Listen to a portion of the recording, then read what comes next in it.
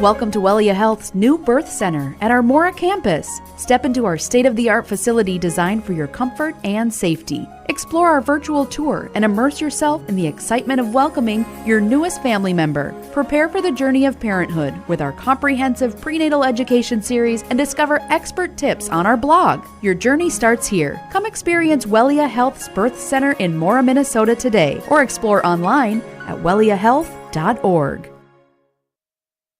And good afternoon, ladies and gentlemen, and welcome inside Brennan Field, beautiful Hinckley, Minnesota, for today's baseball game. A Great River Conference matchup between the Hinckley-Finlayson Jaguars hosting the Ogilvie Lions here today. It's a little bit of a blustery day today, so not going to be perfect conditions. And again, that ball is going to be moving around a little bit because of the wind. I know gusts just the other day were pretty high, and I heard gusts could still be somewhat high today. So we'll keep an eye on the weather for you just a little bit. I don't think we're supposed to get rain. I don't think we're supposed to get rain at all, so that's good news. But it is supposed to be cloudy, pretty windy. Right now, wind gusting at about 20 miles an hour. Again, all cloudy right now and 46 degrees, so not ideal baseball weather, but we're still out here after those rainy 2 days. Soaked the fields, but hey, this field nice and dry today. Well, for the most part anyways. It doesn't have puddles anywhere that I can see, so we're out here at Hinckley, Minnesota. Beautiful Brennan Field for today's Great River Conference baseball matchup between the Jags and the Ogilvie Lions. We're going to take a break to hear word from our fine sponsors. When we come back, we'll have a word with one of these head coaches. I had a chance to interview both of these head coaches, and we'll come back. We'll hear a word with the home coach, Jay Krieger, and then after that we'll get a little break from and a word from our fine sponsors. Then again, we'll hear another word from one of the coaches. The other one will be Benji Besser, the head coach of the Ogilvie Lions. So again, you're tuned in to baseball here on WCMP. Dale's Heating and Appliance, your local heating and appliance expert, is committed to making your family's comfort their top priority. And now you can add water softeners to their list of expertise. Dale's now offers water softener sales or rentals along with installation, service, and salt delivery. So if your home needs quality water, make the call to your already trusted experts at Dale's, or just visit dalesheatingandappliance.com. dalesheatingandappliance.com. Game Day Gilman, and we're now joined by the head coach of the Hinckley-Finlayson Jaguars team, Coach Krieger. First of all, just want to say thank you so much for joining me. Oh, thank you for having me. And obviously the head coach of Hinckley-Finlayson. How many years have you been the head coach here, and how many years have you been coaching altogether? This will be, I believe, year 15 as the head coach at Hinckley-Finlayson. This will be actually my 26th year of just as part of the Hinckley-Finlayson baseball program, starting from working my way up from junior high to JV to assistant and then to head coach. Wow, that's awesome. And we know last year this team made it to the state tournament. So how many players are returning from that state tournament team? Last year's state tournament team, we have 5 returning seniors that were part of that team, along with a couple juniors that were on the team, just didn't get any experience playing in the state tournament, but our 5 seniors all had some experience with playing in the state tournament, with the exception of one that was injured. And looking more at the roster, you mentioned those guys that you're bringing back. Are there any younger guys that are coming up on this roster? Or is it kind of more of a veteran-laden roster? We have a pretty good mix of seniors, juniors, and sophomores. So we'll definitely be relying on our seniors with experience, but with a good mix of sophomores, juniors, and one freshman that will probably get a lot of playing time at the varsity level. Awesome. And has this team decided any team captains yet, or? We typically at Hinckley-Finlayson don't do a team captain thing. It's never been part of our tradition. So we're kind of led by our seniors per se, that they are our team captains, but we don't name team captains as part of our baseball team. And of course, we mentioned last year this team made the state tournament an absolutely fun and exciting run to leading up to that state tournament. So what is something that you're looking at with this team that you're most excited about?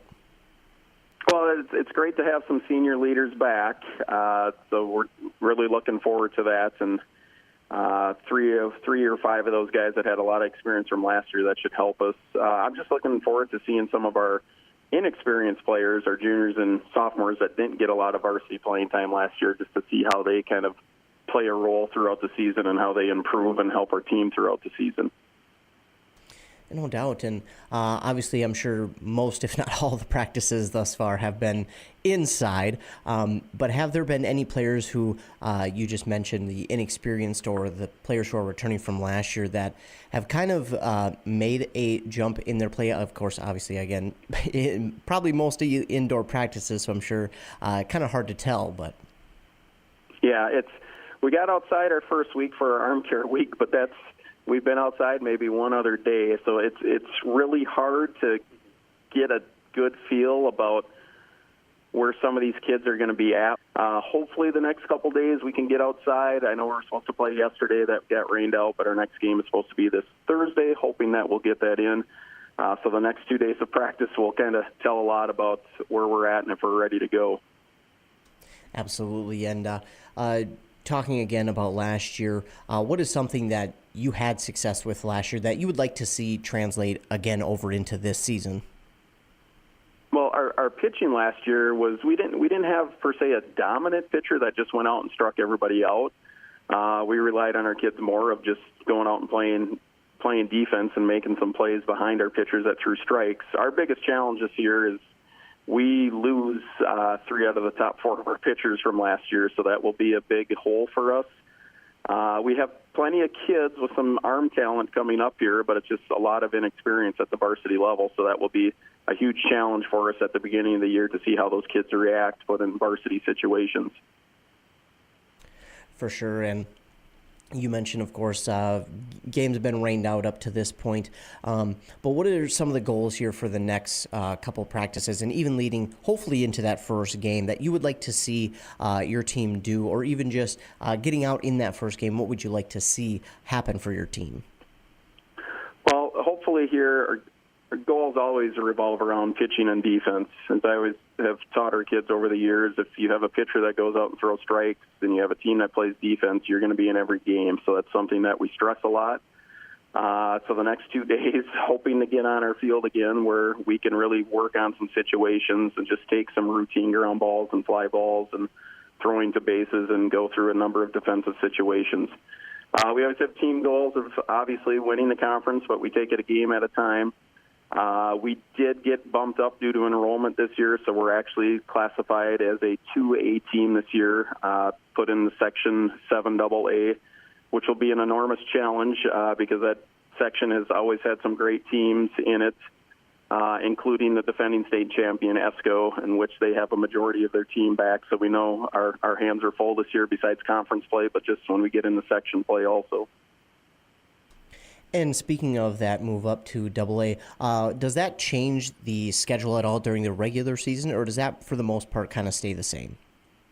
No, our schedule pretty much stays the same. We have a number of 2A schools already on our schedule besides interconference. We host our own tournament in which we play ESCO. We host Aiken and St. Anthony, Aiken a 2A school, and then St. Anthony a 3A school.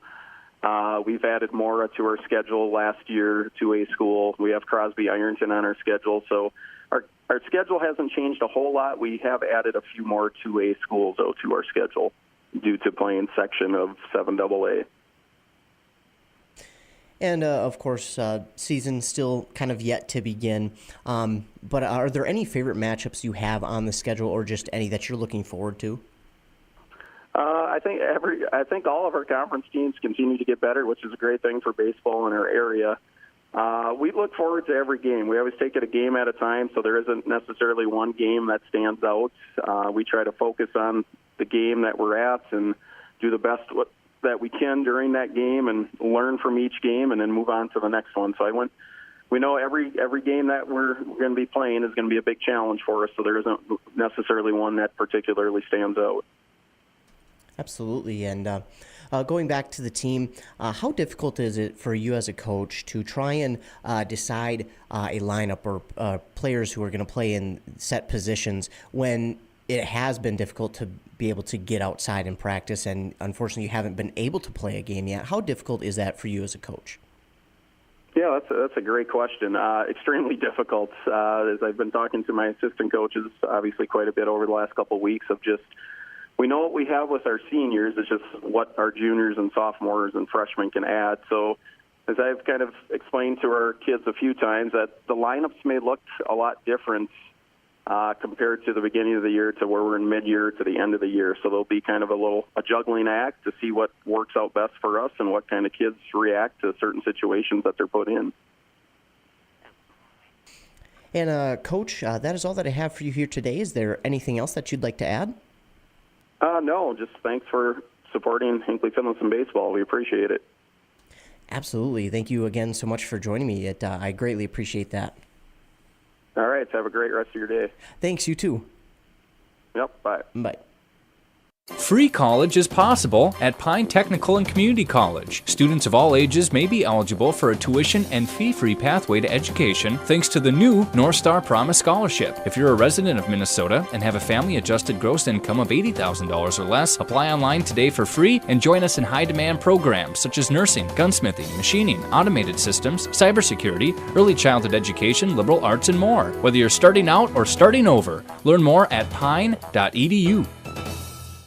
And here's the pitch. Here's the pitch. The premier indoor batting cages in North Branch. Whether you're trying to make the team or take the team to the next level, Here's the Pitch has state-of-the-art pitching machines for both baseball and fast-pitch softball. $35 gets you cage time with your own pitcher. $40 gets you cage time using one of their top-tier pitching machines. Screens, plates, helmets, they've got the equipment, you provide the batter. Find Here's the Pitch on Facebook or visit here'sthepitchmn.com. here'sthepitchmn.com.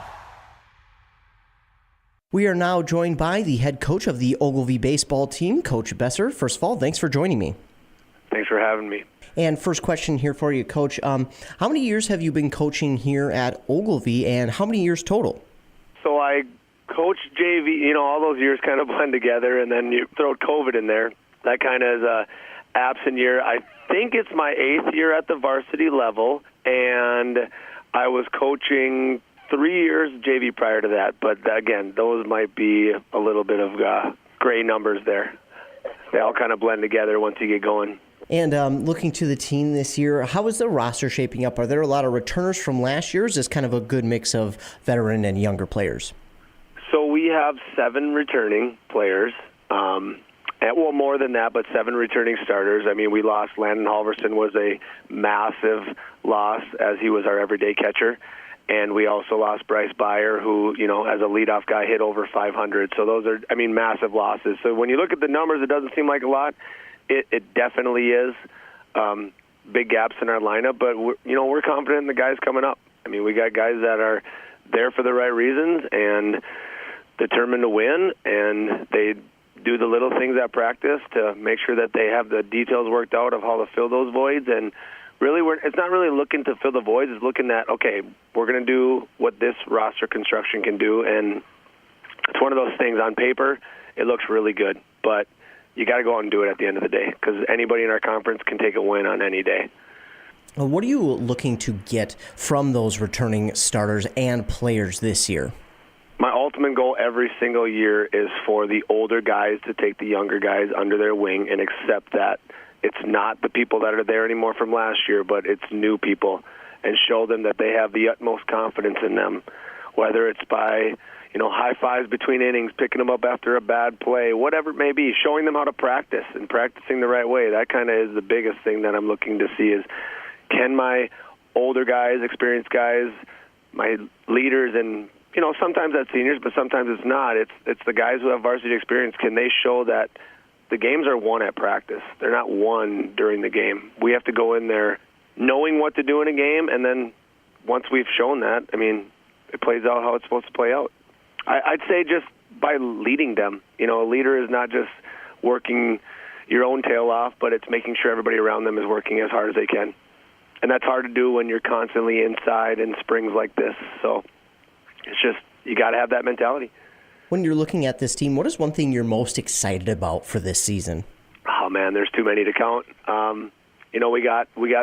We went down to Florida for spring training, which was exciting but eye-opening at the same time. We played schools that are of caliber much higher than we may see in 1A ball in Minnesota, but we found some guys that can pitch, and maybe some guys in the past that kind of gave up on pitching, but we brought them back around because they're too athletic to not try it again. And then, so I think I'm excited to see what these young kids can do, how the old guys can show them, the ropes, basically, I guess you could say, and then just see who comes out as a surprise, who maybe we weren't in the beginning of the season thinking was going to be a huge asset, but then at the end it's like, okay, this guy earned his spot, and now he's a big role player for us. So all those are always exciting, just to see who at the end of the year makes your lineup when maybe you originally didn't project him to be in the lineup.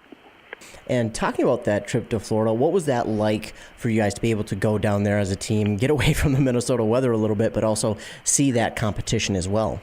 The joke was going in, the weather was perfect here. We didn't have to go to Florida to have good weather. And then 13 inches of snow the night before. We luckily didn't get delayed. Got on the flight, and it was probably the most eye-opening experience that I've had as a coach. And in terms of, I've never been to Disney World or anything, but also the caliber of baseball down there. The first pitcher we saw in our first scrimmage was a Division I commit to Wake Forest who threw 95, and he was only a junior. And then the last team that we played had graduating class of 480 kids when our town population is 369. So just it just opens your eyes that we may be a competitive team here for the level that we play, but the caliber of ball down there is almost limitless. I mean, these guys get to play year-round. Of course, they're a little bit more financial off, that we found out too, but at the same time, there's no reason why we can't work as hard as those guys. And that's the biggest thing. Like, if you want to get there, it's possible. There's no doubt about that. It's just you have a little bit more of adversity in front of you, and coming from a small school, all small schools have that. We all know that. But these kids, we have guys that could play at the next level, and that's what they need to know. Looking once again at the team, you talked about having the success last year with everyday catcher and your leadoff guy hitting over 500. But what is something else that you had success with last year that you would like to see translate back into this year? We have pretty good bats, all 1 through 9, and I think we'll still have that. That we inside, there's a pretty high premium on let's take some more BP and get some more cuts, because you can't do your original infield, outfield, pop flies and inside. So, I think that showed when we had all that inside time last year and again this year that, we vary up what we do with our bats, and when anybody walks in that line or walks to the plate from our lineup, and we know that they can put the ball in play, that is something I think that is continuing to carry over. And going even further, I mean, we got young guys coming up that can do the same. So I think that's the exciting thing, is that when it's crunch time and we have a guy that goes up to the plate, we're confident that anybody can put that ball in play, no matter if it's 1 or number 9. So. And you guys this season have already got a win on the year.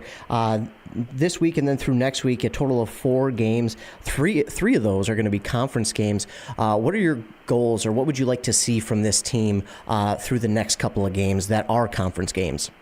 Well, the ultimate thing that if we make a mistake, we get about 15 seconds to think about it. And when you have that many games, you can't dwell on one game from the next. We come out with a loss, we move on. We come out with a win, we move on.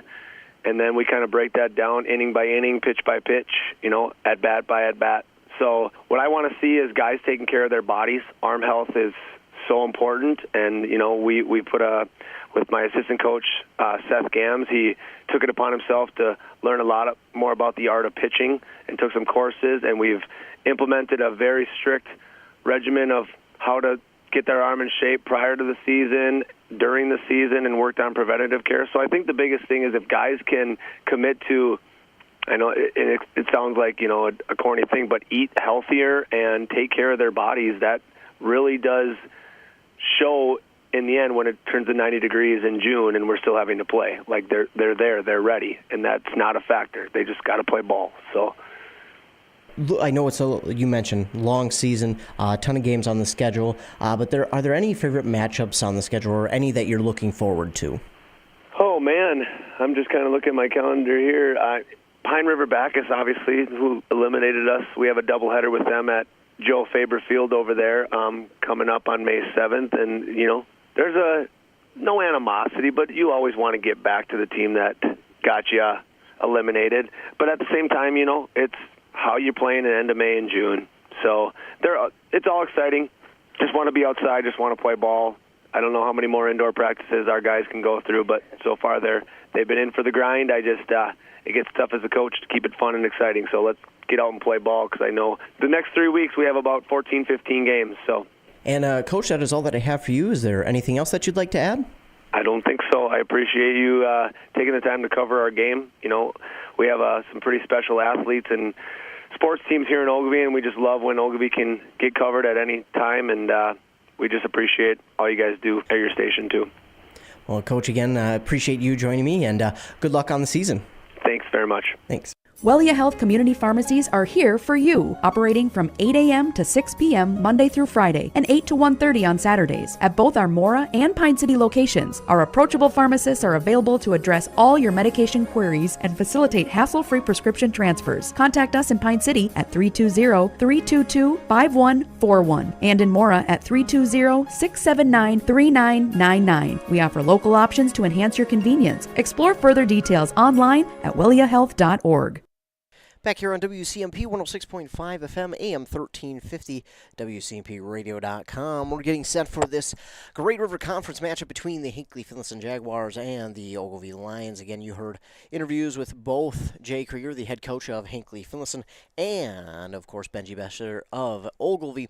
Thanks to both those coaches for doing these interviews. Again, they are busy enough with their schedules, but kind enough to take a few minutes to do an interview with me. I greatly appreciate it.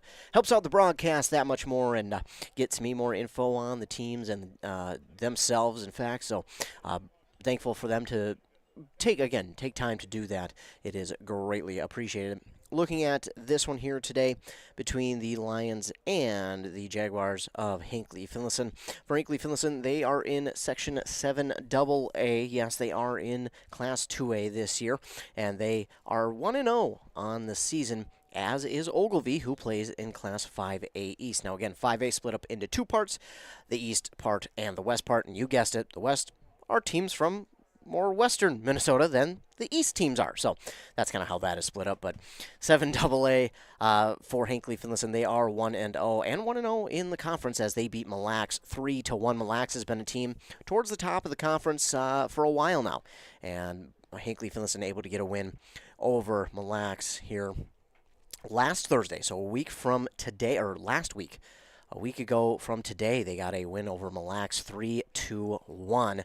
And not a lot of other games going on because of postponements in the rain. So that is it for Hinckley-Finlayson. But again, this team last year went to the state tournament. They had quite the playoff run. It was a ton of fun. And in fact, on one of their wins to be able to get closer to the state tournament, they stole home a base to get to the next round. It was an incredible game. So much fun to be a part of that run for Hinckley-Finlayson as they made it to state. Their run came to an end a little bit earlier than they would have liked, but an incredible run nonetheless. And again, they returned 5 starters from that group last year. I think a few more seniors and juniors from last year's group to this year, just not as experienced as those 5 starters are. And again, they will rely on that starting experience from last year. It's I wonder what getting experience at state can do for a team. It can really help them grow quickly in what might be an otherwise inexperienced group. So for Hinckley-Finlayson, bringing back 5 is huge, but the fact that they got state tournament experience is even bigger. And in their first round, it was close. It was a very close game. In fact, it was a game that they felt they probably should have won, and probably one they should have won, but it did get away from them a little bit there towards the end. It was a great game to be at over in St. Cloud. Beautiful, beautiful complex to be at last year. It was so much fun to be able to be there and be a part of it last year. I enjoyed it so much. It was so much fun. You had 2 games going on at once. You have a stadium to your left, a stadium to your right, all going on at once, and it was a ton of fun to be a part of that run last year for Hinckley-Finlayson. Again, this baseball team was at state last year, Joe Faber Field. So much fun, again, to be a part of that one.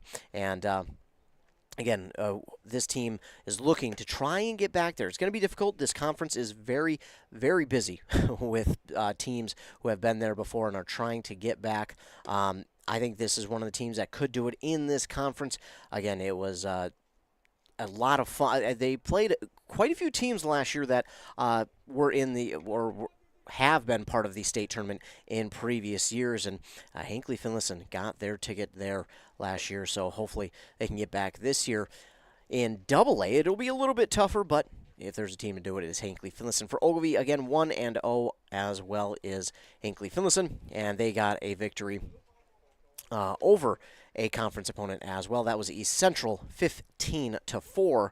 That was last Tuesday. They got that victory over East Central, a double-digit win. And again, in high school baseball, if you are up by 10 after the fifth period, the game is done. So I'm guessing that one was an early ender for Ogilvie and East Central as, Ogilvie got the victory there, 15-4. They were supposed to play Pine City that Thursday, but because of field conditions, they just weren't able to play. We are getting set for our first pitch to come, and getting up to the plate now for Ogilvie. Playing at second is Tucker Kenyon. On the mound, starting for the Hinckley-Finlayson Jaguars, is number 1, Griffin Steele. He was a big part of that state tournament run last year, and he's on the mound to start for the Jags today. The first pitch is going to be in there on the inside part of the plate for strike 1.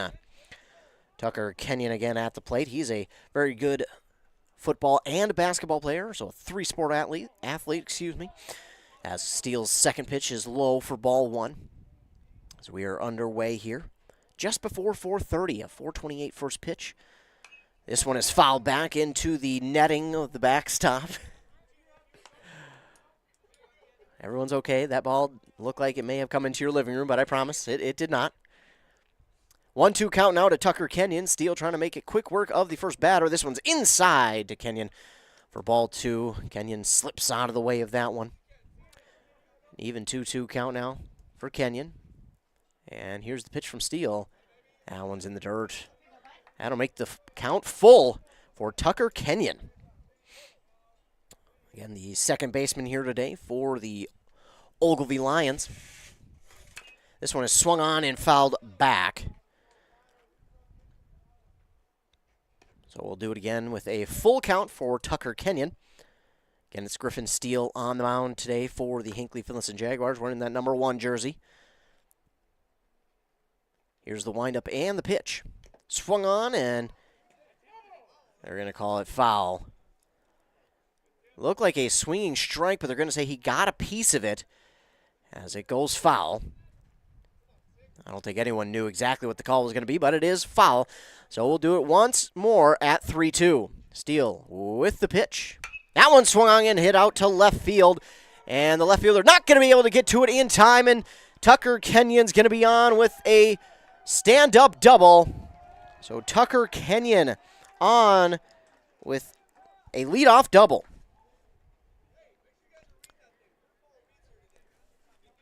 That was a battle there in that first at-bat between Steele and Tucker Kenyon, but Kenyon wound up being the winner of it over in left field. Carson Hopkins just couldn't get to it. That's not his fault. That ball was just hit pretty well, and the wind helped it too. Colby Milbrat up to the plate. Pretty darn good football player. The quarterback for the Ogilvie Lions for, I think, all 4 years. I know for the last 2 for sure, even 3. But he'll watch the first pitch go by for ball 1. And Steele will check on Kenyon at second. Tucker Kenyon, a pretty darn quick young man, so you got to keep an eye on him there. And with him already in scoring position, they're definitely going to keep an eye on him. That ball is inside to Milbrandt as well for ball 2. And again, I think with Kenyon being that Steele threat to go to third, it's definitely weighing on Griffin Steele right now. But here he comes with the maybe 2-0 delivery. And it is a balk. You heard balk calls coming from all around the Ogilvie bench. And it is a balk. So instead of stealing, he will be granted the third base. So a balk call there will move him to third. And that one is behind Milbrat for a 3-0 count now.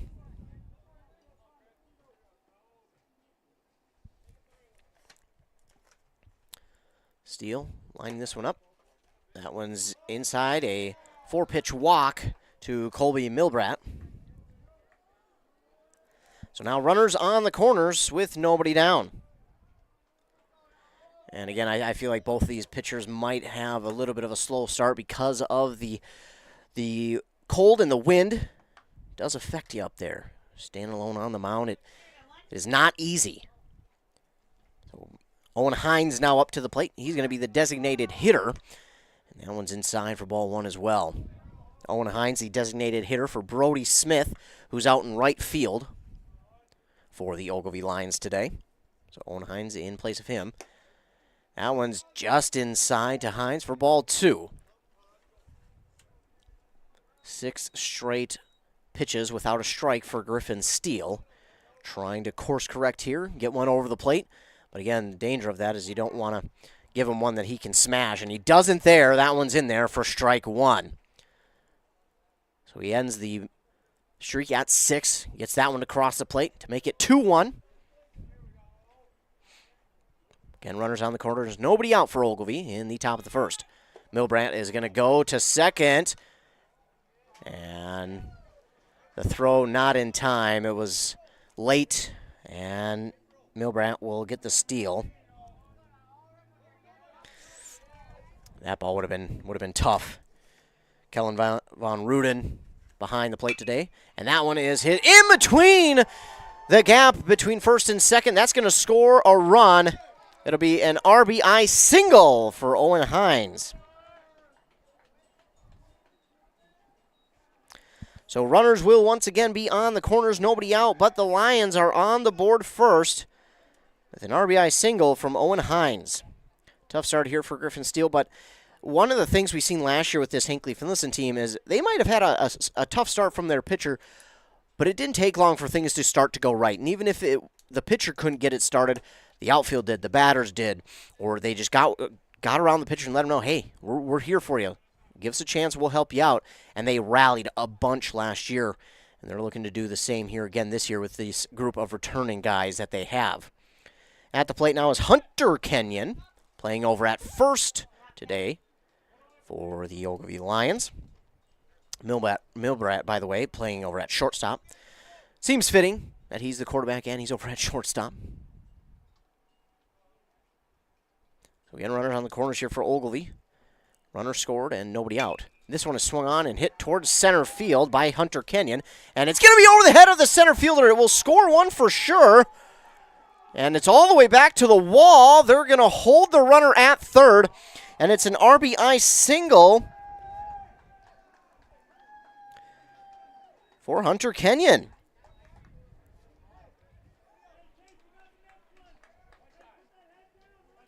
So runners at second and third. Nobody out, and 2 runs have crossed the plate. 2-0 is the Ogilvie lead now. Center fielder out there, Adam Carlier. That was a tough one for him. Again, wind out there. It may not seem like much, but that ball gets up there a little bit and twists around, and it did carry a little bit. Now to the plate, number 99, Carter McGard, playing at third. He'll get a hit on this one. And again, wind going to carry that one, but I think it's going to hold it up enough. Oh, and it falls down just past the left fielder's glove. And they're going to send the runner from second home, and it's going to score 2. A RBI double there for Megard.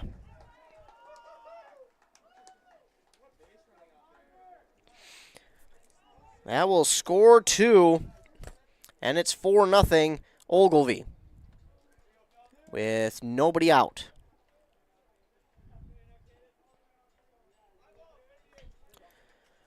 Now coming to the plate, Caden Feldy, catcher today for the Lions. This one, Feldy has to duck underneath it, and it's ball 1. You'll look over to the third base coach, which is Benji Besser, the head coach. And that one's in the dirt, and Carter Megard will move from second to third as that gets past Von Ruden behind the plate. Will lead to A runner at third now for the Ogilvie Lions. And that's Megard moving into third with Feldy at the plate. A 2-0 count for him. Steele with the pitch. That one swung on and fouled straight back and out of play. 4-0 is our score. Lions hit on out to an early lead here as Feldy at the plate with a 2-1 count. That one just inside for ball 3.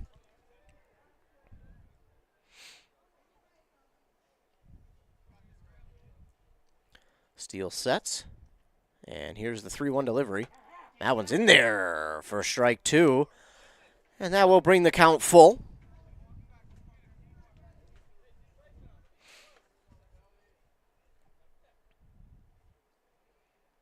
Steele with the full count. Pitch, and that one is fouled back and out of play by Feldy. Hopefully that doesn't hit a car. We should hear a loud knock if it did. It sounds like it missed everybody, so sounds like nobody has to get a windshield replacement today, at least on that one. 3-2 pitch again. Swung on and in the dirt. It is missed. So if this throw is on time, which it will be, and they're going to throw home, and the runner is, oh, he's out. He's out. Call it a double play as Megard tried to get home, but the throw back from the first baseman got him in time for a double play. So a swinging strikeout that goes in the dirt. The throw down to first was in time, and then they throw back home to get 2. What a play there by the Jags. And over at first, give Grady Osmus the credit for throwing that one back to Von Ruden to get the tag. And that is 2 down now.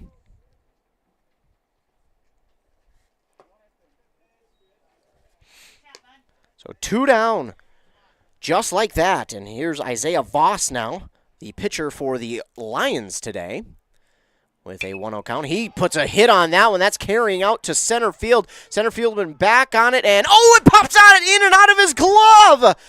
And Voss is getting around second. He's going for third. The throw, not in. Yeah, that's a smart play there by the shortstop. He holds on to that one. And Voss is going to get on to third with an error out there in center. That was in and out of the glove.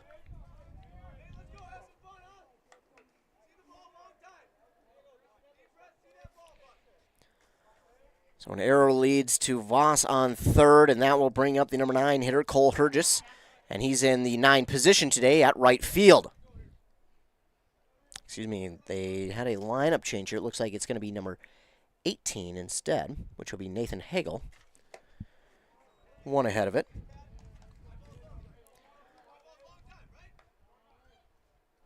So 0-2 count now for Nathan Hagel in the 8th spot. He's playing left field. Got a piece of that one. We'll follow it back. The next guy up to the plate would, if Hagel gets on, would be Cole Hergis.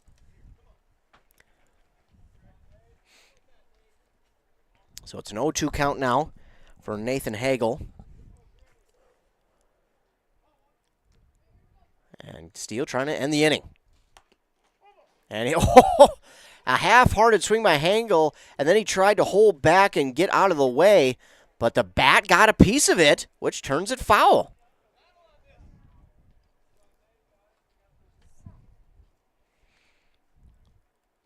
Steele. That one's a swing and a miss for out number 3. So the Lions grab 4 hits and 4 runs here in the first and put themselves up 4-0 after a top of the first. So the Lions leading the Hinckley-Finlayson Jaguars here in the very start of this one, 4-0.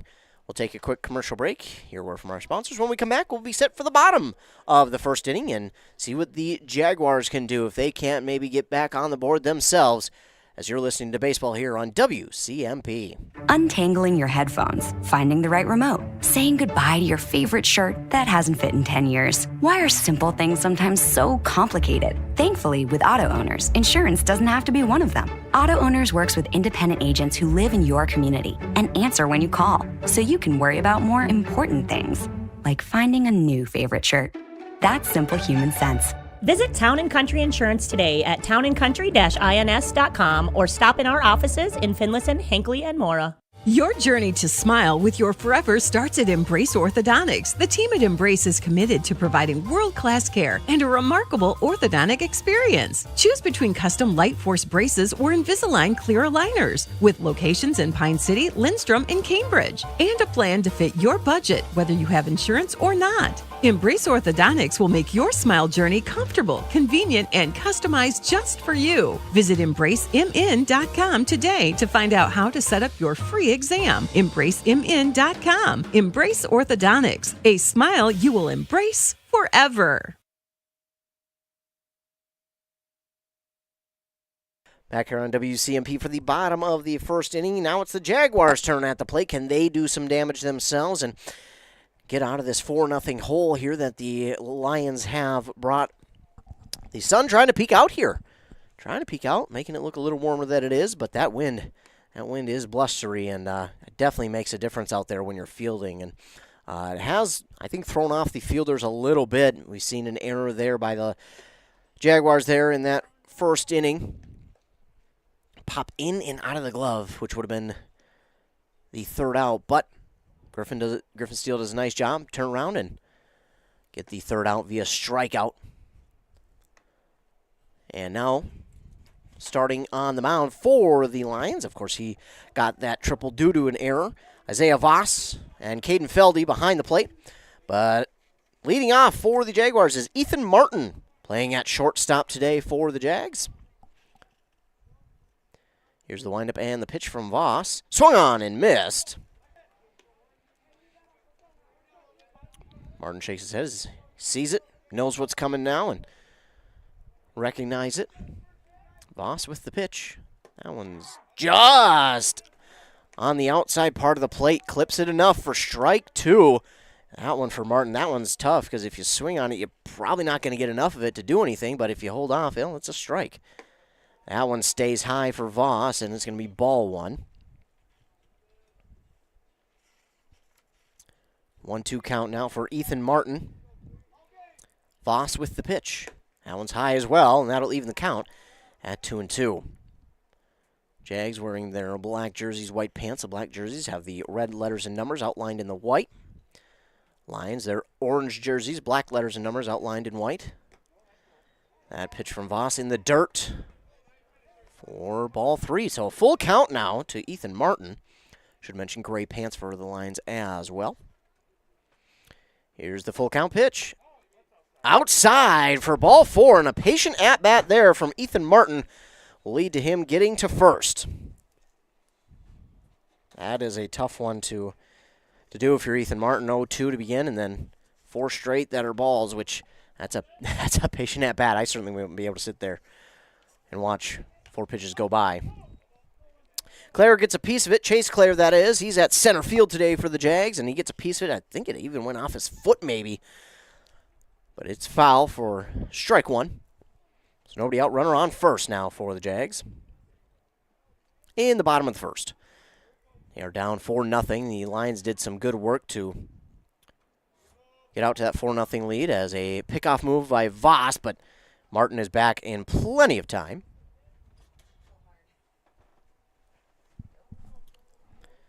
Grady Osmus, swing and a miss there from Clare, and now Ethan Martin will head down to second. He's safe, gives a little half slide.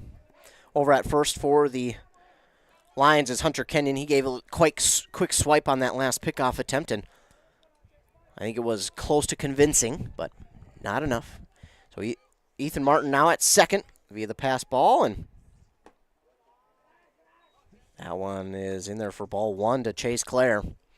So a 1-2 count now for the center fielder.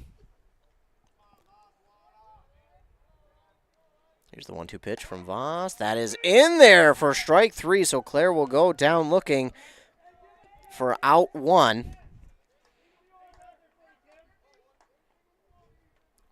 And now to the plate, the pitcher, Griffin Steele.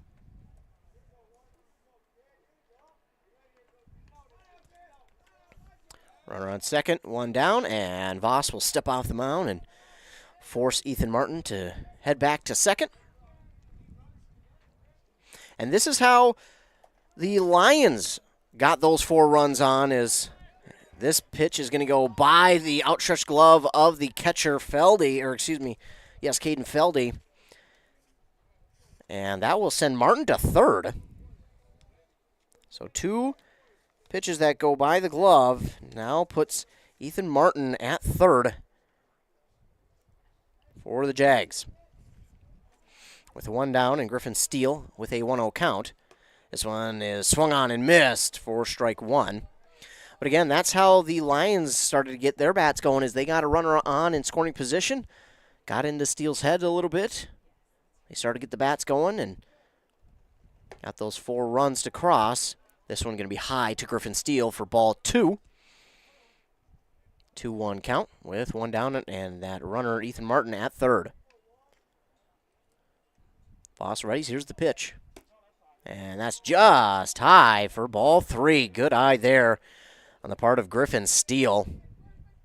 Sometimes those ones that hang high are tough to lay off of, but Steele does a good job laying off that one. And here's the 3-1 delivery from Voss, and a half-hearted swing from Steele is going to foul that one off down the third baseline. So that'll run the count full.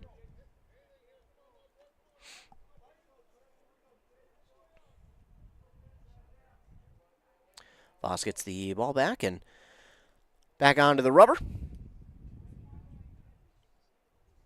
And here's the 3-2 pitch. And that is inside to Griffin Steele for ball 4. So now runners on the corners with 1 down for Hinckley-Finlayson, and that brings to the plate number 4, Cody Klein.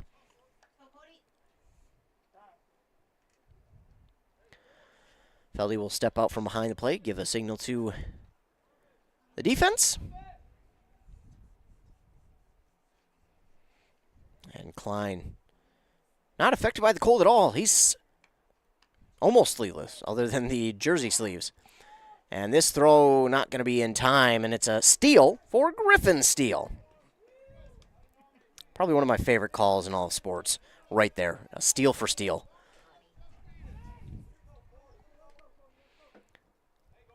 Was able to do that a lot last year with Steele, stealing some bases. Swing and a miss here, though, from Cody Klein, and it's going to be strike number 2. An 0-2 count. Runners on in scoring position with 1 down for the Jags. An 0-2 pitch from Voss is outside for ball 1. On deck for the Jags is Kellen Von Ruden.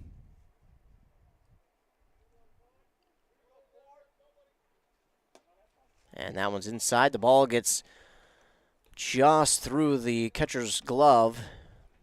And they will not send anybody to the plate, will the Jags? They'll keep them at bay. So a 2-2 count now for Cody Klein.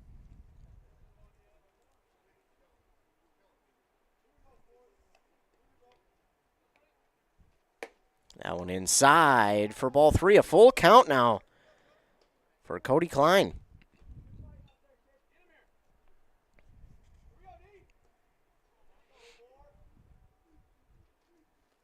Pitch low in the dirt, and Ethan Martin thought about going home, but Feldy did a good job getting up from his stance, getting back to that ball, and picking it up.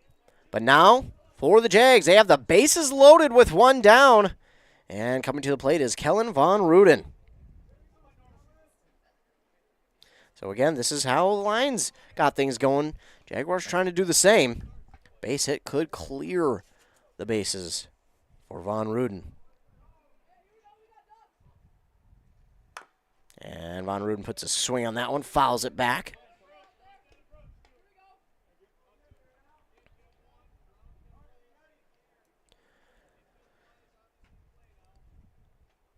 So these base runners have to pay attention as to what this hit is because, well, there is only 1 down. That ball inside for ball 1 to Von Ruden. 1-1 count now. Again, 1 down, and it's bases loaded for Hinckley-Finlayson. Oh, and that one. Oh. That one got Von Ruden in the helmet. And that will move the runners. And move everybody up a base.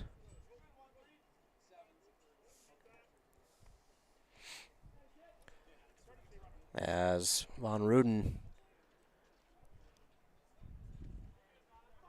gets hit by the pitch.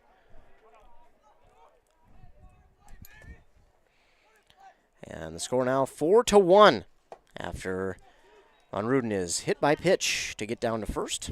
Adam Carlier at the plate now. That one is outside to him for ball one. Playing over in right field. This one's behind him for ball two, and it gets by Griffin Steele. Griffin Steele had to go back to third. The throw back to third was well past the third baseman, so Griffin Steele's going to come home anyways. Everybody moves up a base, and that'll make it 4-2. So after being down 4-0, the Jaguars have cut it in half already with one down. Runners on in scoring position. And Voss delivers that one over the heart of the plate for strike one. So a 2-1 count now.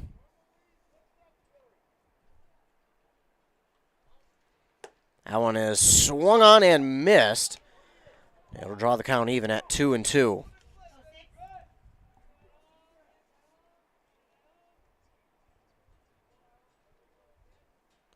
There's the 2-2 count. That one is swung on and hit softly to the second baseman. He's going to throw on to first in time for out one. But the runner from third will score, and the runner from second will move up to third.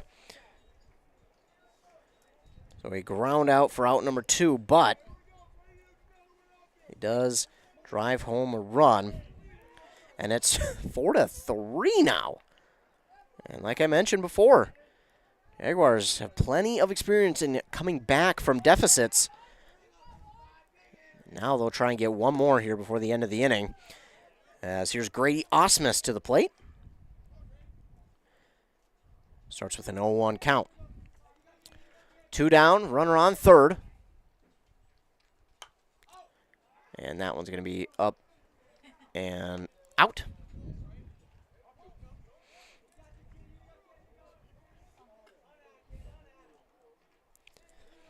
Ogilvie now has an error because that throw down to third that sent Steele home was an error.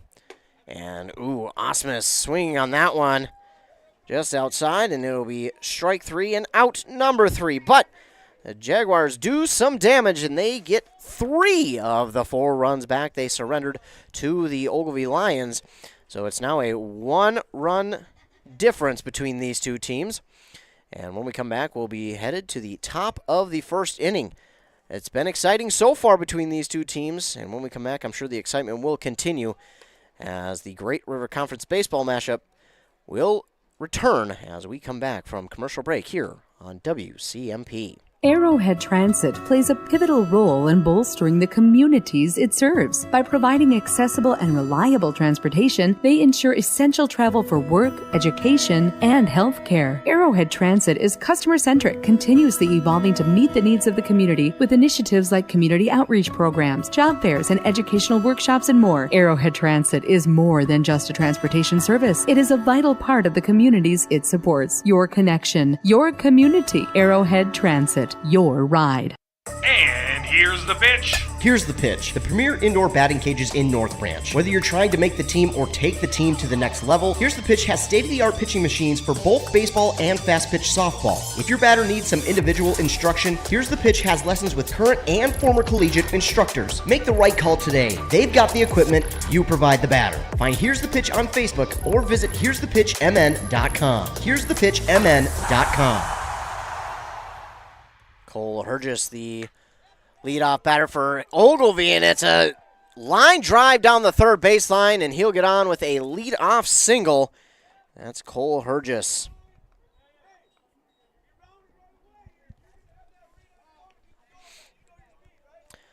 So a runner on first and nobody down for Ogilvie. That brings up to the plate the leadoff batter. Top of the order, Tucker Kenyon. here in the second inning.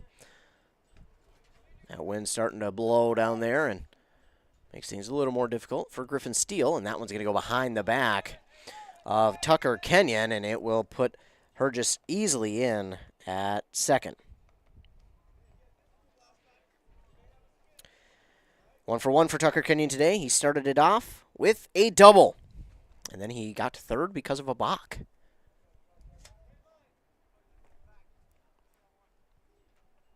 1-0 count now for Kenyon, and that one just off the plate outside for ball 2.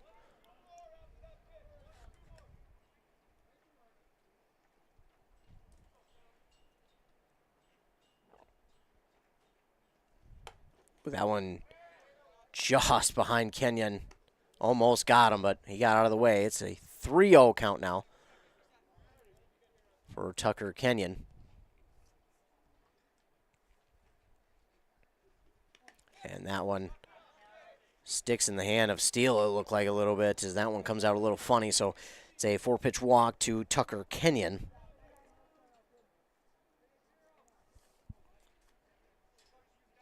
And it's Colby Milbrat to the plate.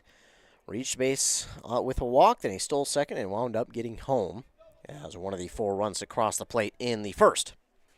Runners on first and second. Nobody down for Ogilvie. Inside, ball 1 to Colby Milbrat.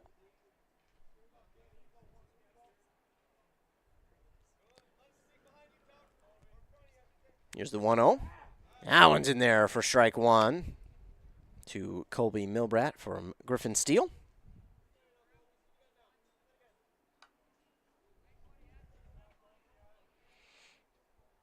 Steele readies.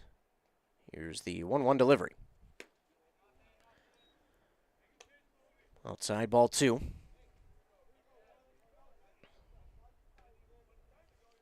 2-1 count for Colby Milbrat. Checks the third base coach. Steele with the pitch. Inside. Oh, they're going to get it strike just on the inside part of the plate to make it 2-2. Nice pitch there from Steele to get that one for strike 2. And here's the 2-2 delivery. Inside for ball 3. Full count to Colby Milbrat. Runners on first and second. Nobody down here in the top of the second.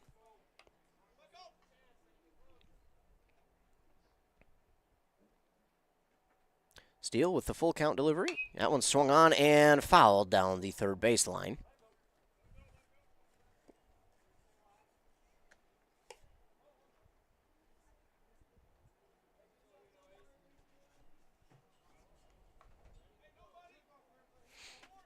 So we'll do it again with a full count. Steele, ready? Here's the pitch. And Milbrat just got a piece of it.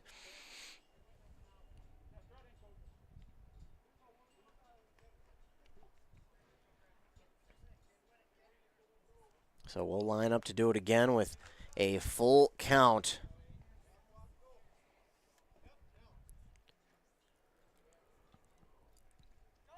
Runner from second going to third, and he's in there safely, but Milbrat's going to go down looking.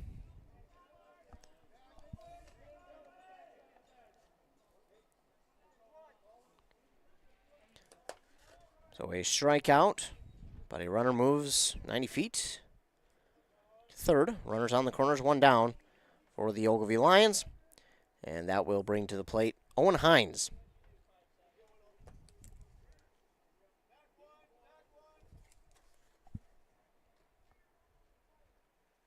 That one's in there on the inside part of the plate for strike 1 from Griffin Steele. Hines, the designated hitter today for Brody Smith, playing out in right field. An RBI single for him back in the first. Showing bunt, but it's in there for strike 2 anyways. And Tucker Kenyon will steal second.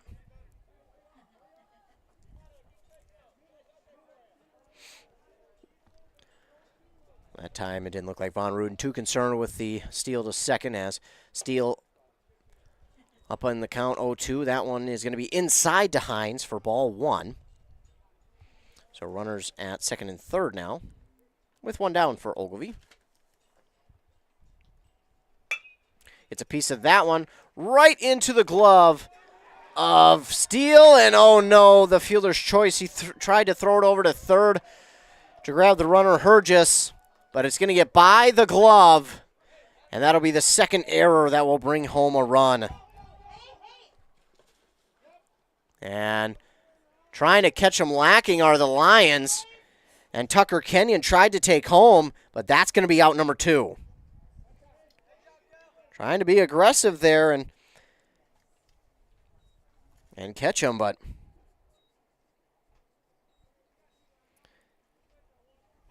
Hinckley-Finlayson paying attention. So while it is 5-3 now, it is 2 outs for Ogilvie with a runner on second.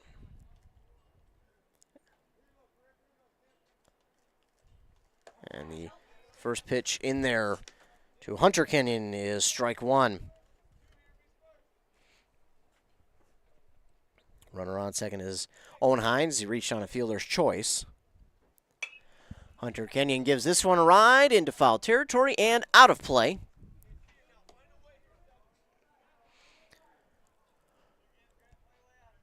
That'll make it 0-2 for Hunter Kenyon.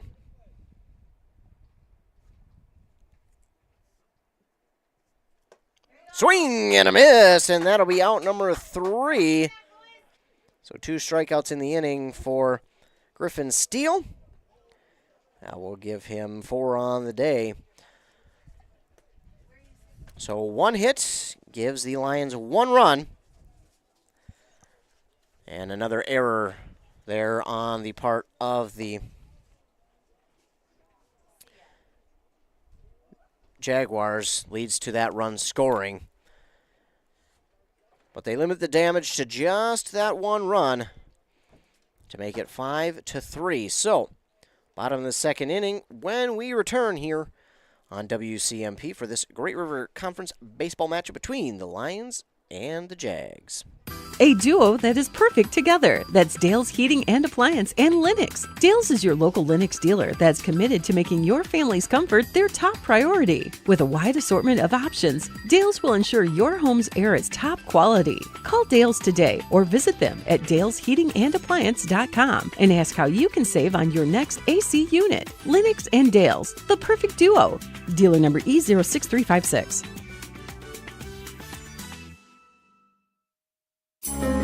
Welcome to Wellia Health's new birth center at our Mora campus. Step into our state-of-the-art facility designed for your comfort and safety. Explore our virtual tour and immerse yourself in the excitement of welcoming your newest family member. Prepare for the journey of parenthood with our comprehensive prenatal education series and discover expert tips on our blog. Your journey starts here. Come experience Wellia Health's birth center in Mora, Minnesota today, or explore online at welliahealth.org. Bottom of the second inning. 5-3. Currently the lead for the Lions out of Ogilvie. But bottom of the second brings to the plate now Carson Hopkins, who will step into the left-handed batter's box. Playing out in left field today for the Jags. Here's the pitch from Voss. That one's high for ball 1.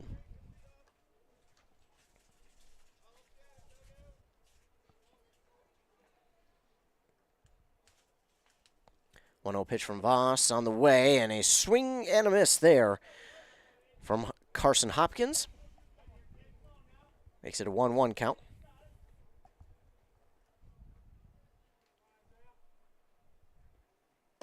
And that one outside to make it 2-1. And Hopkins, a left-handed batter.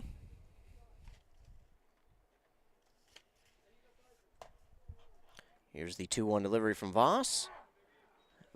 And Hopkins thought about it. Just couldn't get the bat around. And it's in there for strike 2. So count is even at 2 balls and 2 strikes. That one inside nearly clips Hopkins. He jumps out of the way in time. It's a full count to Hopkins.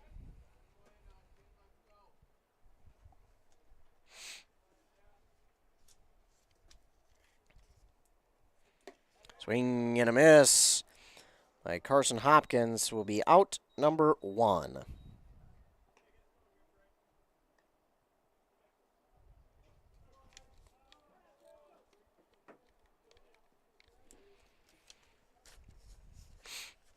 Now to the plate for the Jags is Trey Visser. So he watches that one go by for strike 1. He's playing out at second.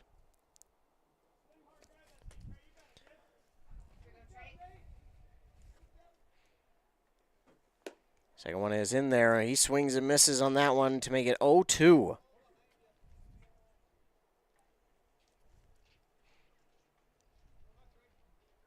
Voss wasting no time. Here's the 0-2 pitch. Outside in the dirt for ball 1.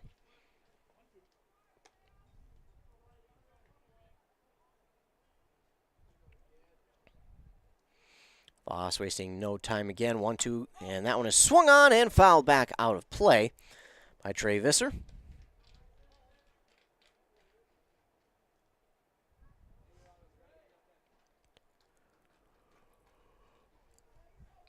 Here's the 1-2 delivery from Voss. And Visser got a piece of that one, and that's headed into the bleachers over there. Foul.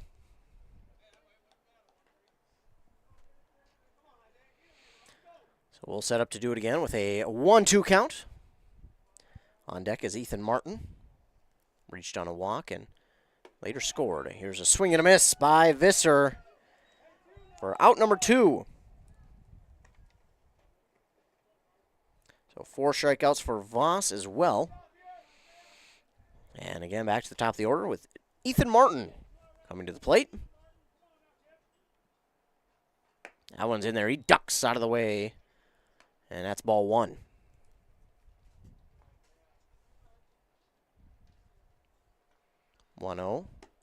That one's outside for ball 2. So quick 2-0 count to Ethan Martin now.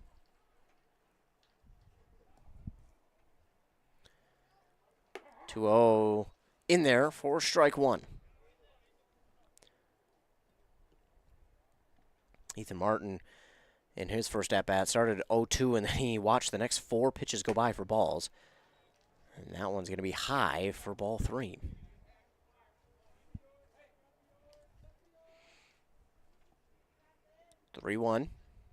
Here's the delivery from Voss. In there, strike 2. So full count now for Ethan Martin. And the Jags in danger of going 1-2-3. Voss with the pitch. That one's inside and high for ball 4. So another good at-bat there by Ethan Martin. Winds up walking once again down to first. With 2 down, and now runner on first brings Chase Clare to the plate.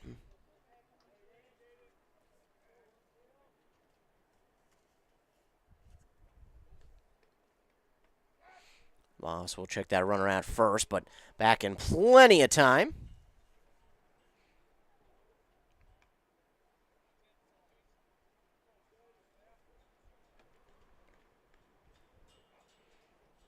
Outside.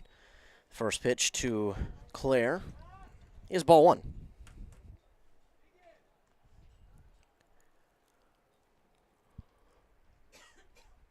Here's the 1-0 inside for ball 2 to Chase Clare.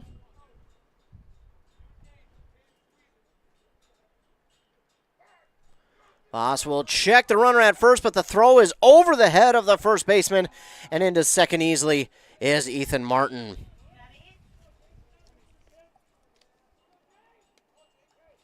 So that one over the head of Hunter Kenyon on the pickoff attempt, and Ethan Martin will roll into second easily. 2 down and a runner on in scoring position. That one now to Chase Clare from Isaiah Voss is in there for strike 1.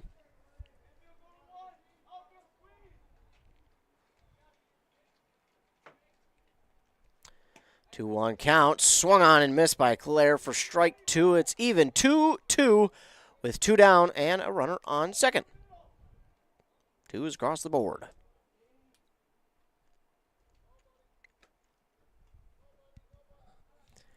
That one is swung on and fouled back into the backstop. That'll leave the count even at 2-2 for Chase Clare. Here's Voss with the pitch. In the dirt for ball 3. And Martin getting a good lead off there at second. Jogs his way back after that ball in the dirt. Full count now to Chase Clare. Here's the pitch. Outside and in the dirt. And it's another walk for the Jags. Runners on first and second with 2 down. Now coming to the plate is the pitcher, Griffin Steele. He reached on a walk and he stole second before eventually making it to the plate. Oh, and that one's well inside. He's out of the way for ball 1.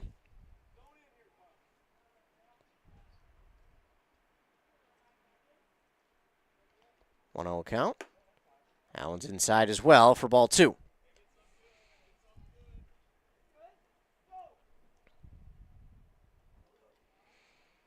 Two-0 count to Steele.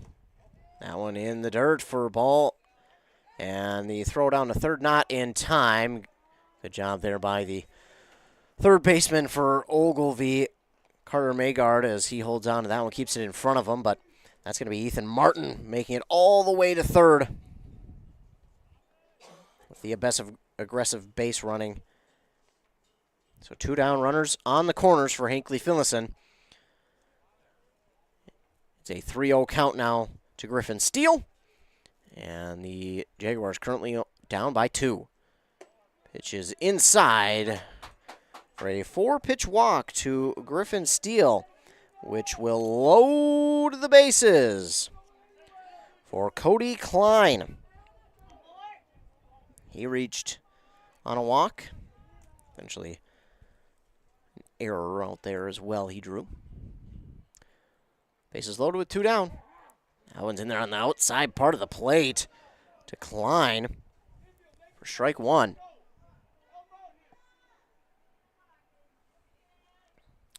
The 0-1 to Klein. High for ball 1.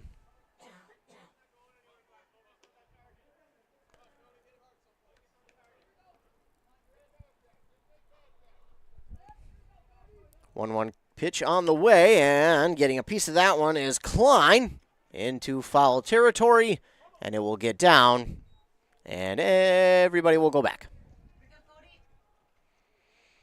Klein gave that one a ride, but it drops into foul territory over there off the third baseline, and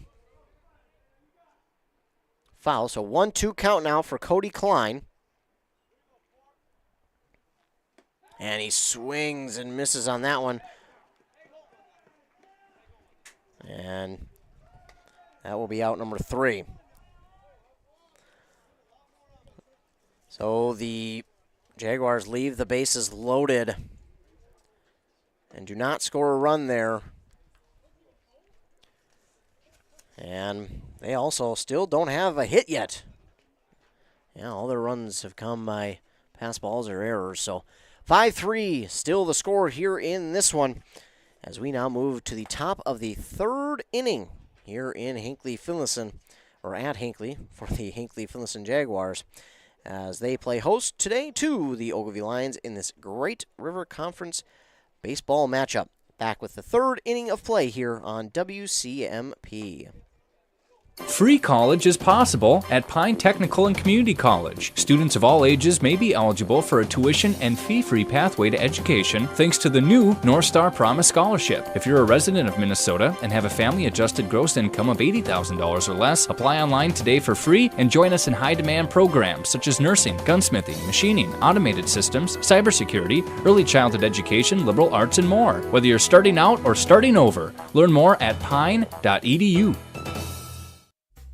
Dale's Heating and Appliance, your local heating and appliance expert, is committed to making your family's comfort their top priority. And now you can add water softeners to their list of expertise. Dale's now offers water softener sales or rentals along with installation, service, and salt delivery. So if your home needs quality water, make the call to your already trusted experts at Dale's, or just visit dalesheatingandappliance.com. dalesheatingandappliance.com. Carter Magard to the plate. And that first pitch to him is going to be inside for ball one. Magard had reached on a double, which drove home a run, and that one a bouncer to the third baseman. Throw on to first in time for out number one.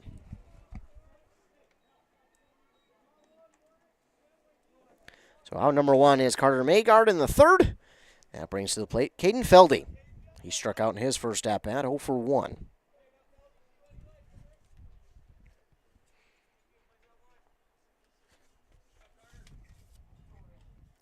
Here's the pitch from Steele. It's going to be behind Feldy.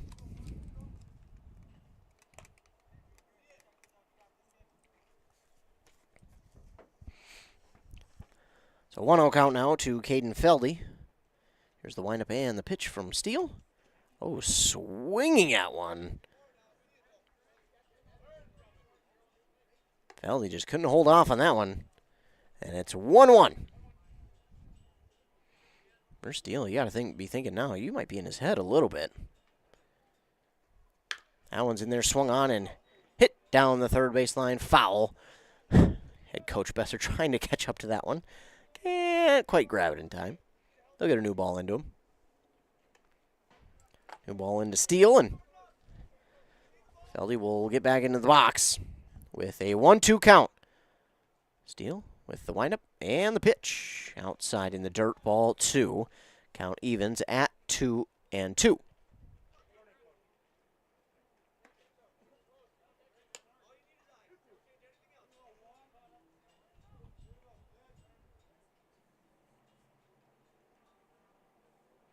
Here's the 2-2 pitch from Steele. It's swung on and missed for strike 3 and out number 2. So 2 up and 2 down here for the Lions, and Griffin Steele finding a little bit of mojo here in the third. Voss to the plate now for the Lions. It's pitcher versus pitcher here in this one, and Voss swings and misses on that one to make it 0-1. The 0-1 delivery, is going to get Voss in the back, so a hit by pitch will send him down to first. Obviously not intentional. That one's going to sting a little bit more just because it's cold. But Nathan Hagel will now step to the plate.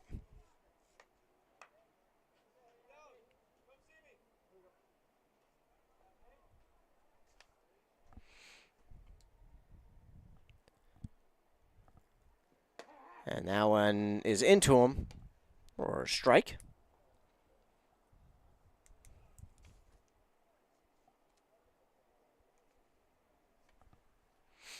So an 0-1 count to Nathan Hagel. Throw over to first for the pickoff attempt, not in time. And Voss is back safely. Hagel struck out in his first at-bat. He was the final out of that big first inning for the Lions. 0-1 count for Hagel. Here's the pitch. He got a piece of that one, gives it a ride out to right field. Right fielder under it, holds on to it for out number 3. So not quite the 1-2-3 inning, but close enough. And the Lions do not get on the board here. No hits, no runs. And we'll move to the bottom of inning number 3 as Griffin Steele seems to be warming up all of a sudden. This Jaguar team continues to be down 5-3 in this conference matchup. We'll move to the bottom of the third after a word from our fine sponsors here. You're listening to Baseball on 106.5 FM, AM 1350, WCMP.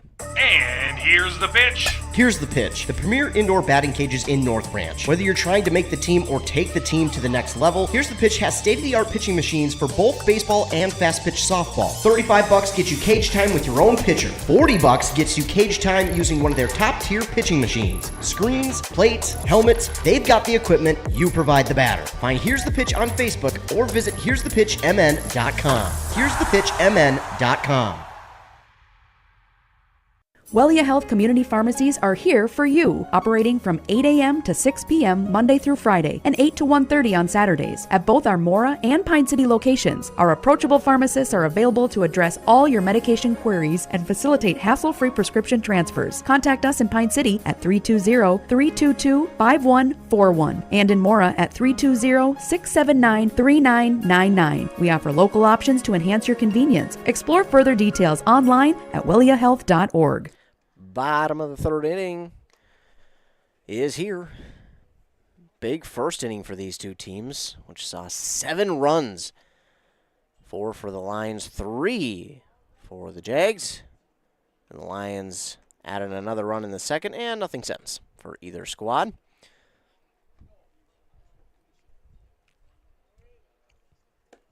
First pitch came out at 4:28 p.m.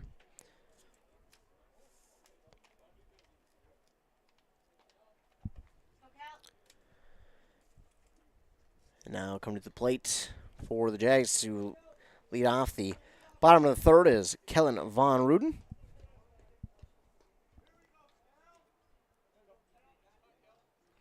Here's the pitch from Voss. Again, he makes quick work. And that one's going to be ridden down the third base line. And it's going to be a single. They're getting Von Ruden on his horse all the way to second as that ball nearly gets to the wall there in left field. And Von Ruden leads it off with a stand-up double. A big hit there, and they're going to get a courtesy runner for Von Ruden out there at second, and that will be Colton Freeling.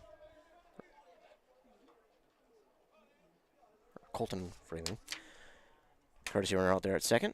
And now, Carlier at the plate. Adam. Carlier.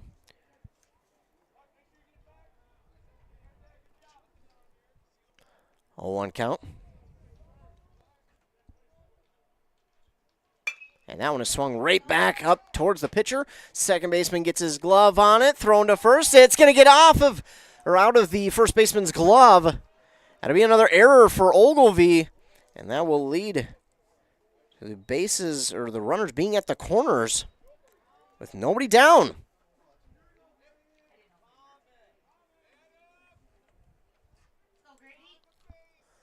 Oh, an error for Ogilvie.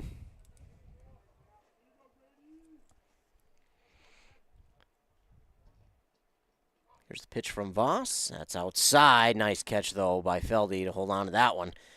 Ball 1. Grady Osmus at the plate. Struck out in his first at-bat.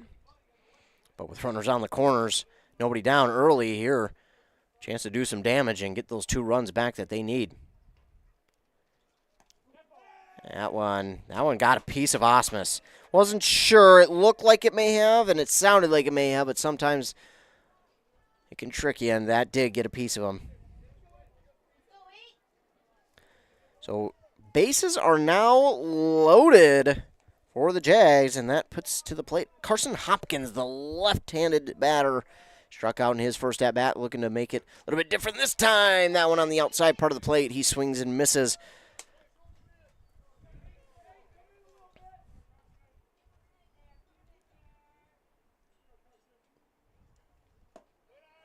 That one outside for ball 1.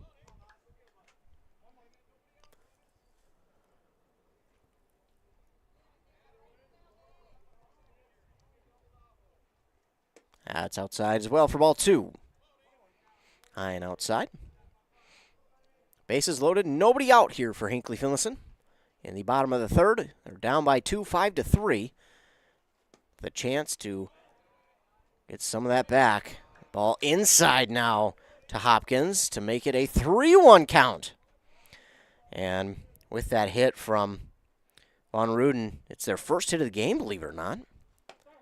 And that one, on the inside part of the plate for strike 2. Close to where a ball earlier was called, but now it leads to a full count for Carson Hopkins. Here's the pitch that's in the dirt, inside, and that will walk home a run. So everybody moves up 90 feet, and runner from third is home to make it 5-4. Bases will stay loaded after that walk. And it's Trey Visser at the plate, who also struck out in his first at-bat. Gives this one a ride, but it will head out foul, and it will hit the dirt road out there. There's a little bit of green grass out there in left field that he's trying to get to. That's where that ball went for the double from Von Ruden. Trying to put it in the same spot. Trying to empty the bases here with an 0-1 count now. Here's the pitch from Voss. That one's going to be in there for strike 2. Tough one for Visser. But Voss with a good pitch, and it's 0-2. Again, still nobody down for the Jags, and Visser.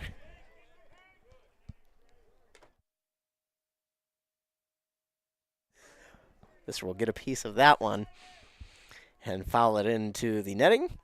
And here's the 0-2, swing and a miss, but it's in the dirt, and because of the bases loaded, they won't have to tag him. So it is a strikeout for Visser for out number 1.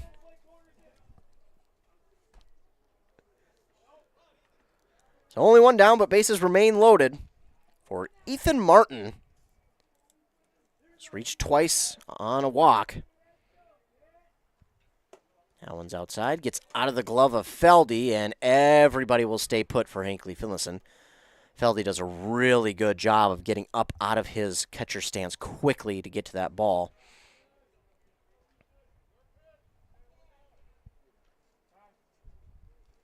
Going to get time call.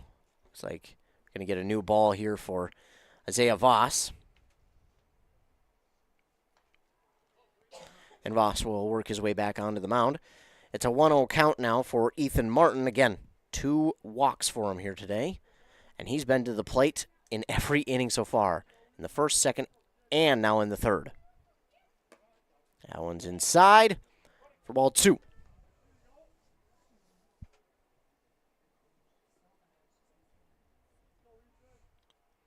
Two-0 count. Here's the pitch from Voss. That one's in the dirt for ball 3. 3-0 count, and Martin has a chance to walk for the 3rd straight inning, and that would send home another run to tie it. There's the 3-0 from Voss. Off the plate, and that will walk home another run. So Martin, for the 3rd inning in a row, has walked to first, and we are tied now at 5 apiece between the Lions and the Jaguars of Hinckley-Finlayson.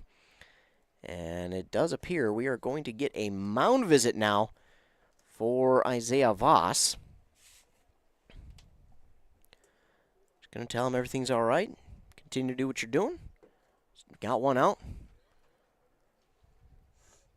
Try and get him into a double play if you're Ogilvie.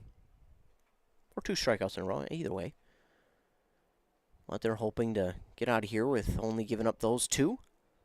If you're Hinckley-Finlayson, now you've got kind of everything rolling your way. And now, with one swing of the bat, you could really push momentum in your favor. But again, it's kind of, what we've seen from them last year. Just their ability to come back from deficits like that, whether it was early or late. Just their ability to stick with it, continue to be headstrong, and more times than not, they wound up on top. Swing and a miss there from Chase Clare, who's to the plate 0 for 1 today. Strikeout looking back in the first and then walked in the second. He is one of now 2 batters who have seen a plate appearance in each of the first 3 innings. That one is outside for ball 1. It's a 1-1 count now for Chase Clare. The center fielder today for Hinckley-Finlayson. Ogilvie, Isaiah Voss is on the mound. And here's the pitch, high for ball 2. Bases are still loaded for Hinckley-Finlayson with only 1 out. They've already seen 2 runs come across the plate to tie it at 5. And now it's 3-1 here for Chase Clare, and he's got a chance to walk home a run.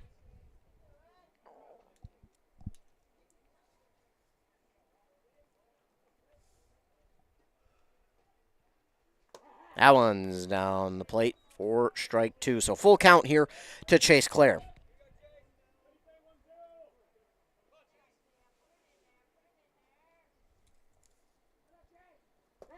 That one's in there, and Claire will go down looking for the second time today. So 2 down, bases loaded, and coming to the plate is the pitcher, Griffin Steele. It'll be a pitcher versus pitcher battle here. 2 down, bases loaded. Griffin Steele could really turn this game on its head with a swing of the bat, and this one's going to go over his head outside or inside for ball numero uno.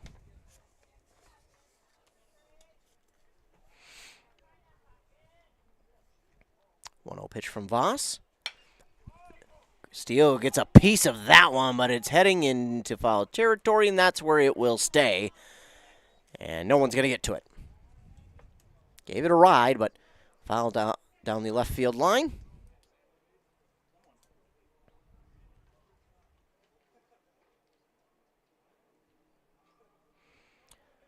So it's 1 ball, 1 strike for Griffin Steele. Voss. That one's going to stay inside. Make it 2-1 now for Griffin Steele.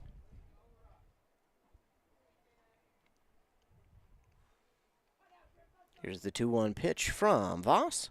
And Steele gives this one a ride, but that one's going to be popped up into foul territory. The third baseman trying to get to it. Is that going to... Oh, it confused him a little bit. He went to the fence there down the third baseline, and then it swung itself back towards the field. So he's not able to get under it for an out. That'll even the count at 2 balls and 2 strikes for Griffin Steele. And again, a swing of the bat really turns this game around. Voss wasting no time. Here's the pitch. That's going to be high for ball 3. So it's a full count now to Griffin Steele. 2 down, bases are loaded. Can walk home a run, or Voss, he's going to waste no time. That one is on the, outside part of the plate. They're going to get it for a strike. Ooh, that one was close. And Steele going to be the third out. This via strikeout.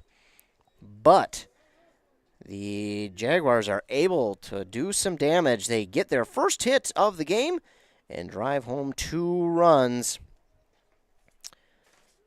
And it is tied at 5 apiece now between these two teams as we move on to the 4th inning, where we are tied at 5 apiece here between the Hinckley-Finlayson Jaguars and the Ogilvie Lions.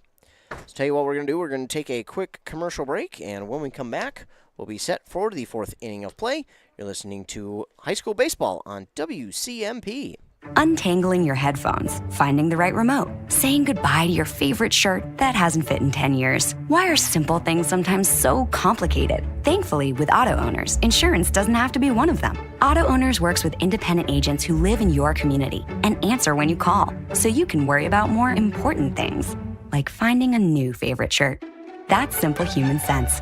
Visit Town & Country Insurance today at townandcountry-ins.com or stop in our offices in Finlayson, Hinckley, and Mora. Your journey to smile with your forever starts at Embrace Orthodontics. The team at Embrace is committed to providing world-class care and a remarkable orthodontic experience. Choose between custom Light Force braces or Invisalign clear aligners with locations in Pine City, Lindstrom, and Cambridge, and a plan to fit your budget, whether you have insurance or not. Embrace Orthodontics will make your smile journey comfortable, convenient, and customized just for you. Visit EmbraceMN.com today to find out how to set up your free exam. EmbraceMN.com. Embrace Orthodontics. A smile you will embrace forever. Steele delivers that one in there for strike 1 to Cole Hergis to begin the top of the 4th. Steele's got to be feeling himself a little bit here as, just as I say that, the announcer jinx comes into effect as that one goes behind Hergis. Does not hit him, though, so he'll get back to the plate. Hergis reached on a single in his first at-bat and wound up getting home on an error. That one is ball 2, so 2-1. And Hergis, a little dribbler up to the pitcher. That one went off of Hergis. So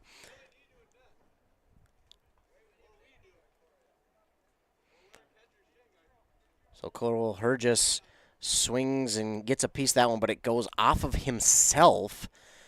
Again, going to sting a little bit extra today because of the cooler temperatures. So we'll count more or less as a foul ball plus a strike, and it's going to be a 2-2 count.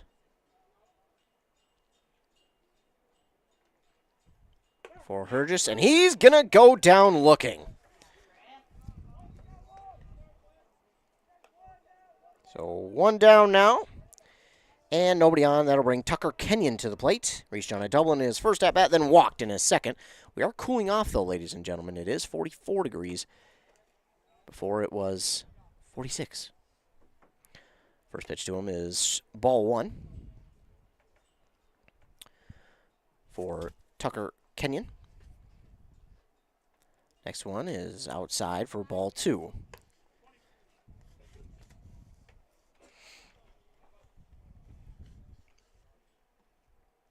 Steele with the 2-0. That one swung on and hit right at the second baseman. Oh, it goes off of himself. Throw on to first is in time for out number 2.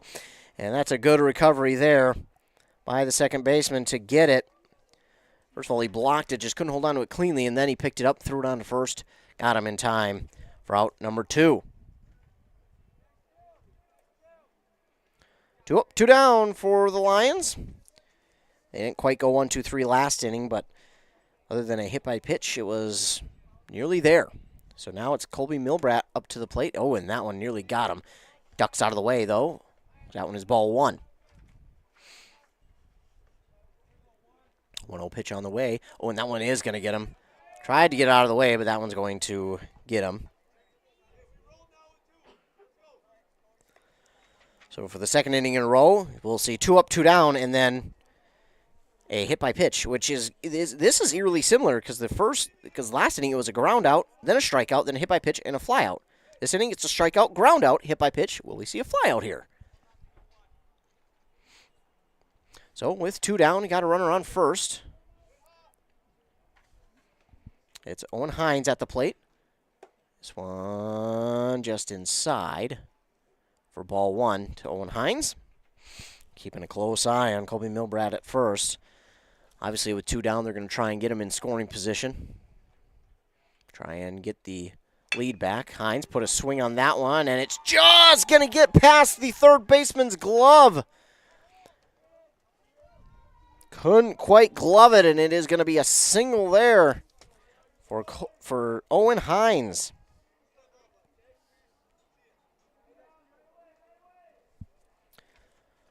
So runners on first and second now for the Ogilvie Lions with 2 down. And Hunter Kenyon to the plate. That one's in there on the inside part of the plate for strike one from Griffin Steele.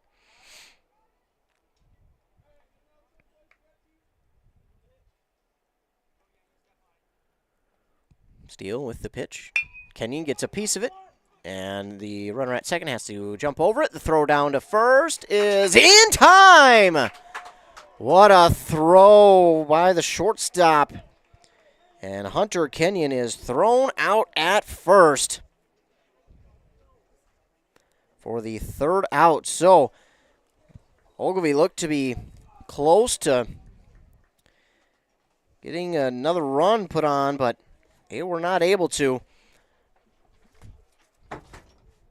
And our score will stay tied at 5 apiece after the top of the 4th inning. And with that, we move now to the bottom of the 4th inning. And we'll be back here after a word from our fine sponsors on WCMP.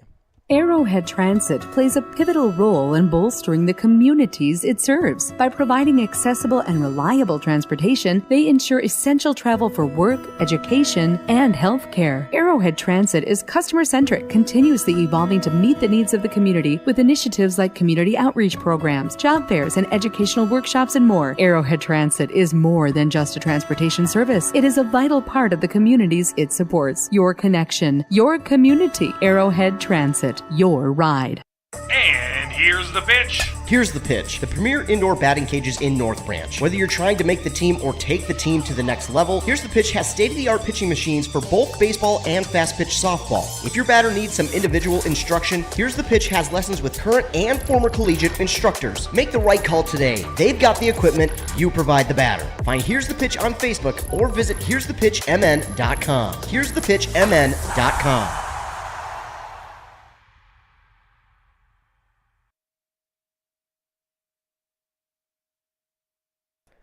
Back here on WCMP, getting set for the bottom of the fourth inning. We're tied at 5 apiece between these two Great River Conference foes, the Hinckley-Finlayson Jaguars hosting the Ogilvie Lions here at beautiful Brennan Field in Hinckley, Minnesota. If you haven't been out to a game at Brennan Field, I definitely encourage you to get on out to one. It's a beautiful setting here in Hinckley. Brennan Field, one of the nicer places to play baseball in the state of Minnesota for high school and or town ball. It's a great atmosphere and, again, a historic field at that. I wouldn't blame you if you waited till it was warmer, but once it is warmer, I do definitely encourage you to get on out here for a game. It is awesome. So Voss will start out the bottom of the fourth with a strike there to Cody Klein. He's 0 for 1, struck out back in the second, walked in the first. He gets a piece of that one right down to the third baseman. He slipped. Throw on to first is in time.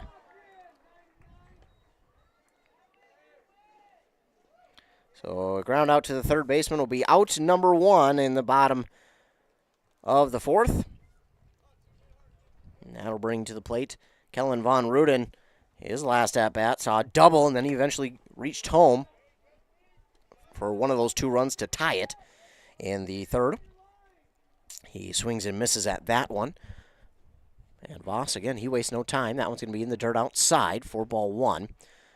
So now it's a 1-1 count for Kellen Von Ruden.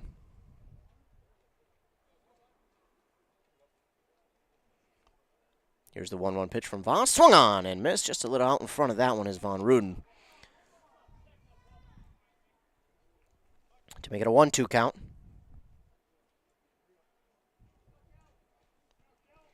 One-two pitch on the way from Voss. And that is going to get into the dirt. Roll to the backstop, and that's ball 2. 2-2 count for Kellen Von Ruden. Here's the pitch. Got a piece of it, did Von Ruden. Fouls it back. And Feldy may have got that one off of a bad place that all men know. I know I don't know. He said it didn't. Luckily, he may have just gotten his thigh. So while that is still going to hurt, it could have been worse. Let's just say that. 2-2 count again for Von Ruden. Oh, and this one's high and inside, and it misses, just misses Von Ruden, and that'll bring the count full. Voss, he just wastes no time on the mound. This one is high and inside again for ball 4.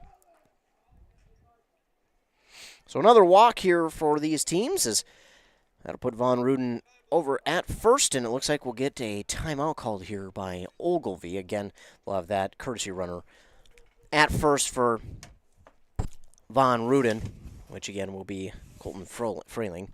And could this spell the end of Voss's day? Looks like it may, and it will. So Isaiah Voss's day has come to a close after 3 1/3 inning. And it looks like they will have Colby Milbrat come and try and finish off this inning. And him and Voss, so it doesn't look like they'll switch places. In fact, going to shortstop now is going to be Hunter Kenyon. No. What number is that over there? Well, we'll wait and see. Can't figure it out for y'all. So Isaiah Voss will move to second.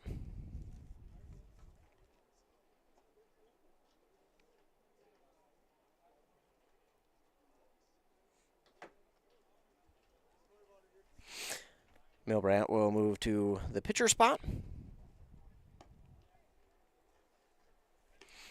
And trying to see the number of who took over shortstop for Milbrat. Can't quite see it. Keep you up to date on that and who's playing there in place of Milbrat. So the Lions go with a pitching change here. Colby Milbrat, the quarterback for their football team for the last couple of years, will come in to pitch as he throws these warm-ups in there. Again, Von Ruden was the most recent walk here in this game.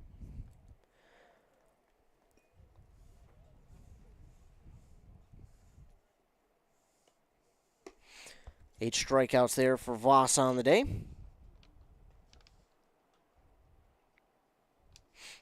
Five runs came across the plate.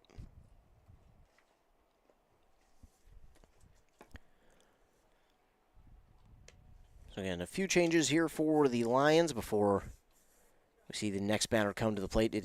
There is one down for Hinckley-Finlayson, but now they've got that runner on first, the lead runner, to try and break this tie. Ogilvie got off to an extremely hot start in this game. 4 runs in the first, but Hinckley-Finlayson answered with 3 of their own. And although Ogilvie made it a 5-3 lead, Hinckley-Finlayson in the third got 2 back to tie it at 5. Now coming to the plate, Carlier. First pitch to him is in there from Milbrat for strike number 1.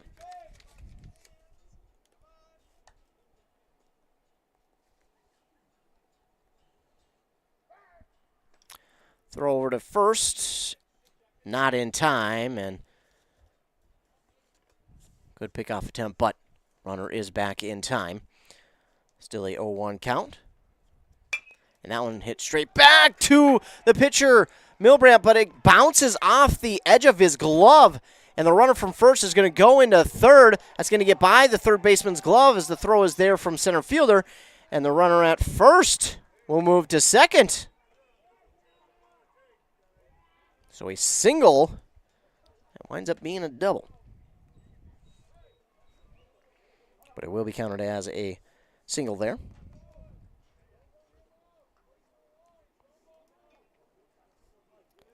Runners on second and third now for the Jaguars. And coming to the plate, Grady Osmus, 0 for 1 today, struck out in the first and then was hit by a pitch back in the third. Half-hearted swing. He did not go. Be ball 1.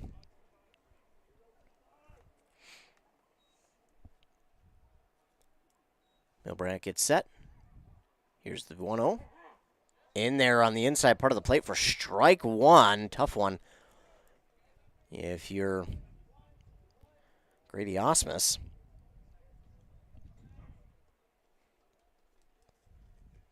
That one's inside and low for ball number 2.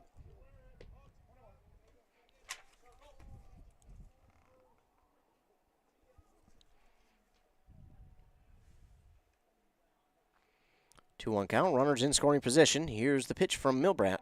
In there for strike 2. Evens the count at 2 balls and 2 strikes. So again, Hinckley-Finlayson only has 1 down. Got 1 runner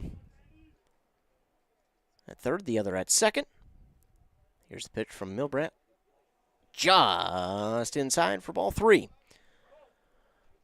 Makes the count full now. And Milbrat readies. Here's the pitch. And getting a piece of that one is Osmus, but it's foul. And everyone will return.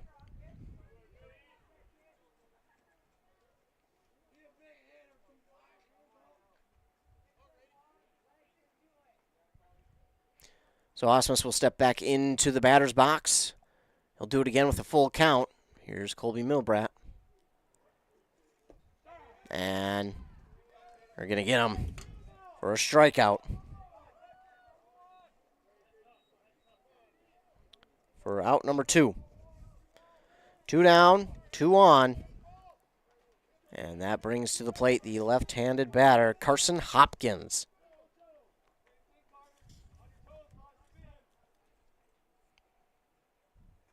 And Hopkins gets a piece of that one, and he'll foul it back out of play. First pitch swinging, got what he wanted, just fouled it back.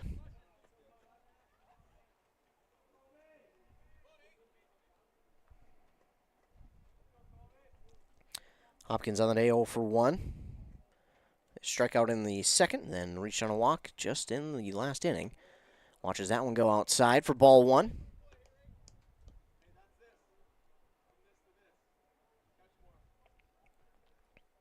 Turns to the batter's box. Milbrat with the pitch. And that one's low for ball 2. 2-1 count to Carson Hopkins.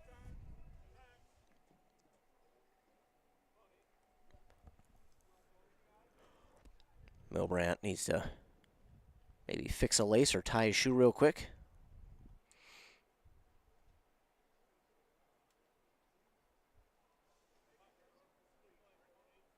And we're back. Milbrat returns to the mound. And here we go with the 2-1 count to Carson Hopkins. Hopkins gets a piece of that one. Goes on to second, throw on to first is in time, but that will bring home a run, and that will be the third out. Forgot how many outs there were. 2 outs. I knew that. We're just testing y'all, making sure you were all on your toes at home. So it is a ground out to the second baseman for out number 3. And that'll end our 4th inning. The Jaguars get one more hit on the board. But no runs here in this one. An error there, again, by Ogilvie is their 4th of the game. They have an error in each of these first 4 innings. They'll look to change that as we move forward, which will be the top of the 5th. And when we return from a word from our fine sponsors, you're listening to High School Baseball on 106.5 FM AM 1350 WCMP.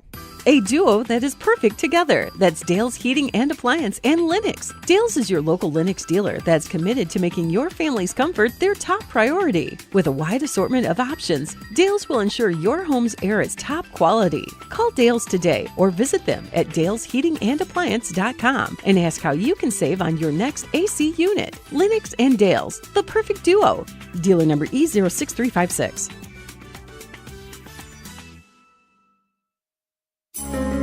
Welcome to Wellia Health's new birth center at our Mora campus. Step into our state-of-the-art facility designed for your comfort and safety. Explore our virtual tour and immerse yourself in the excitement of welcoming your newest family member. Prepare for the journey of parenthood with our comprehensive prenatal education series and discover expert tips on our blog. Your journey starts here. Come experience Wellia Health's birth center in Mora, Minnesota today, or explore online at welliahealth.org. Carter Magard will lead off the top of the 5th for the Ogilvie Lions. We've got a new pitcher out there for the Hinckley-Finlayson Jaguars. It's going to be Cody Klein.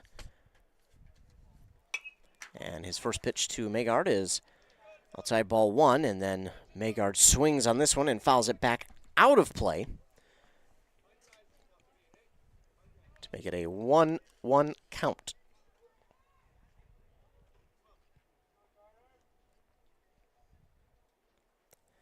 Magard back into the batter's box. Klein gets set.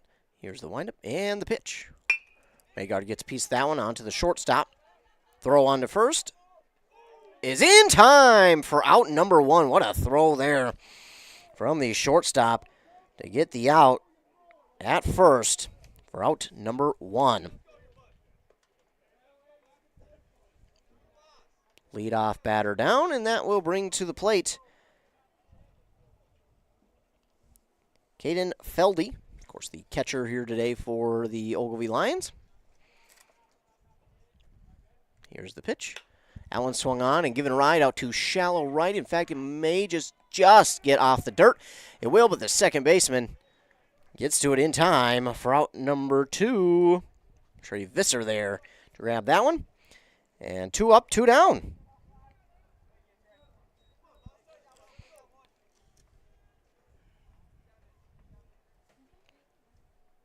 And now to plate Isaiah Voss, playing out at second after getting 3 1/3 works of inning in. This one to the second baseman. Thrown to first in time for out number 3. 1, 2, 3. Go the Lions. And it is a quick top of the 5th for Ogilvie.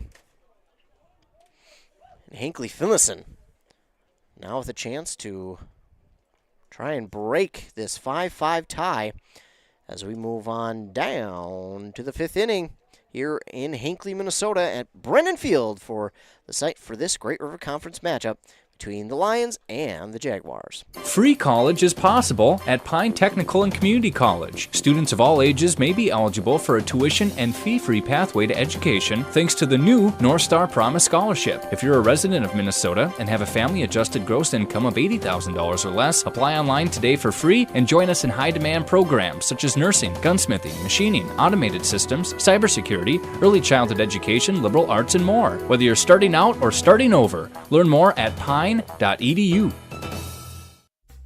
Dale's Heating and Appliance, your local heating and appliance expert, is committed to making your family's comfort their top priority. And now you can add water softeners to their list of expertise. Dale's now offers water softener sales or rentals along with installation, service, and salt delivery. So if your home needs quality water, make the call to your already trusted experts at Dale's, or just visit dalesheatingandappliance.com. dalesheatingandappliance.com.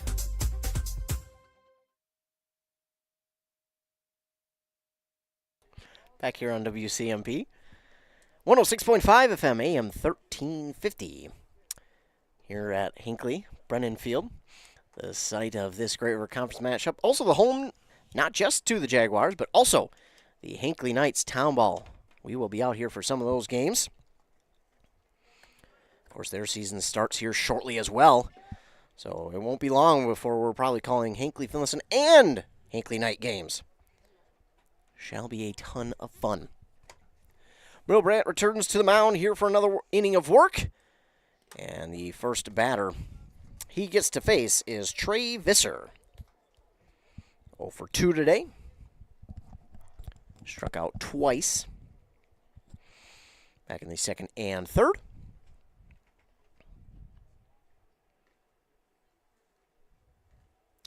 Will Brandt with the windup and the pitch. Just outside for ball 2.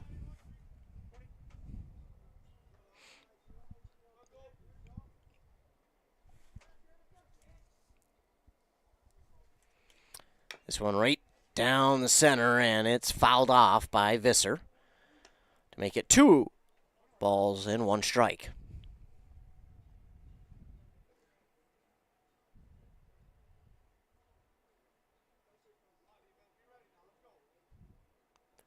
And here's the 2-1 delivery, swung on and missed by Visser. Draws the count even at 2-2.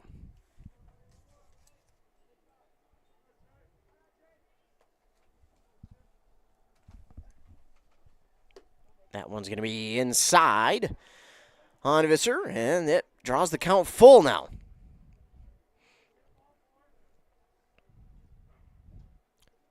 Leadoff batter Visser with a full count. Here's the windup and the pitch. In the dirt, bounces before the plate, and it is a walk for Trey Visser to begin the bottom of the 5th.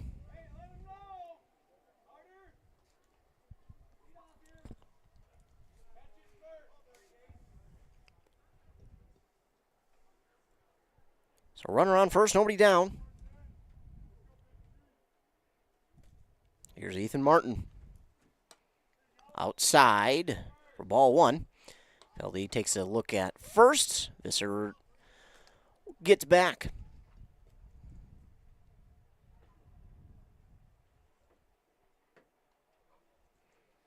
That one is swung on and hit down the right field line, but it just goes foul. And Ethan Martin was a few feet away from an extra base hit. It was there, just a few feet to the right for foul ball to make it 1-1.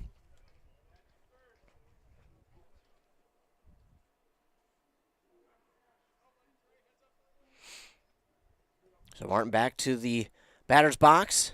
Milbrandt readies. And the pickoff, not in time. Visser is back.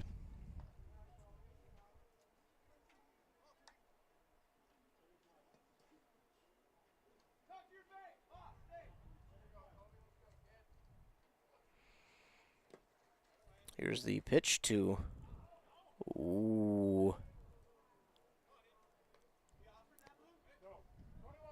pitch to Martin for ball, and then pulled back on the bunt. And then Visser, they're going to say, got back in time. So 2-1 count now to Ethan Martin. Showing bunt. He'll foul it back, and Visser will return to first. It's a 2-2 count for Ethan Martin.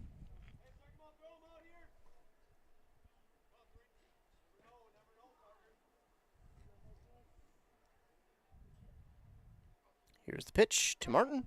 In there for strike 3. And for the first time today, Ethan Martin will not reach base, as he is out number 1 here in the 5th.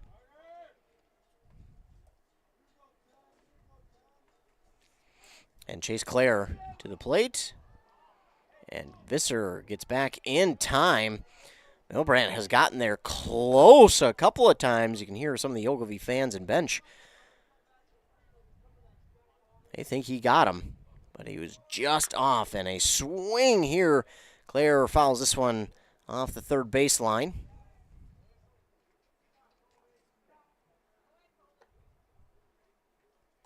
So we'll get a couple balls thrown in here, one to Milbrandt and then one to the ump.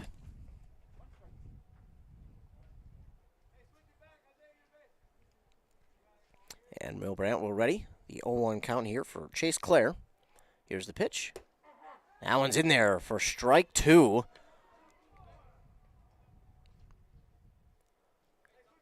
One down for Hinckley-Finlayson. You got that runner on first, and Trey Visser, the leadoff man.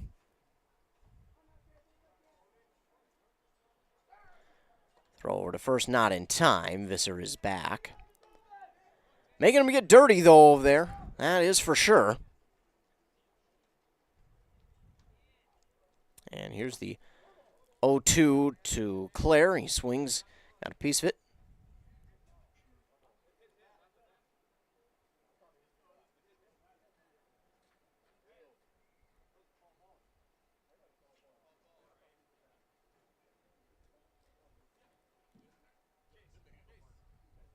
And I think Milbrandt saying he thought the ball hit the batter.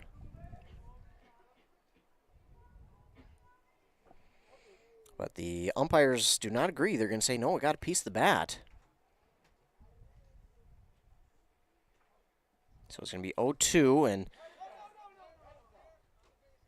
it's going to be an out, swinging, missing strike there for Chase Clare for out number 2. The runner makes his way down to second. It's Trey Visser down there at second with 2 down. Griffin Steele to the plate. With 2 down, runner on in scoring position. In the bottom of the 5th.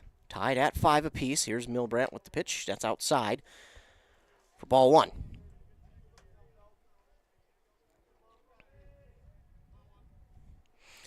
Griffin Steele today 0 for 1. Reached on walks both in the first and second, and then struck out in the third. He went down looking. That one's inside on Steele. But he gets out of the way for ball 2.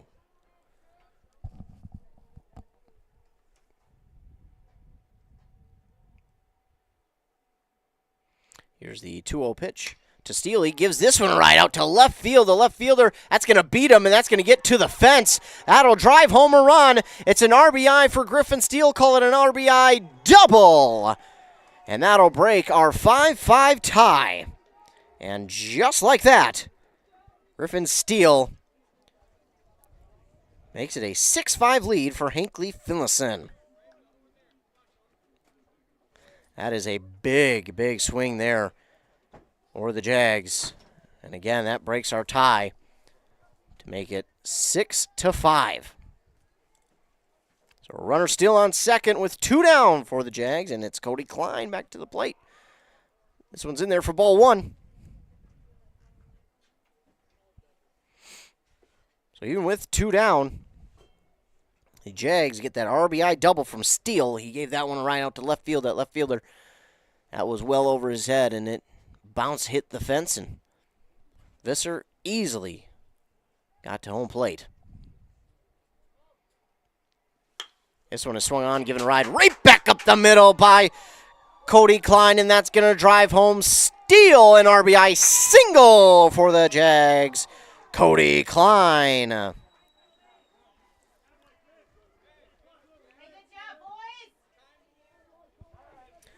Seven to 5 now the score. The Jaguars, after being down 4-0 after the top of the first, now have a 7-5 lead.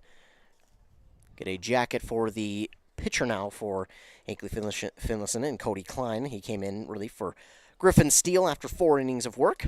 And now it's Kellen Von Ruden back up to the plate, and all of a sudden got some 2-out momentum here for the Jaguars.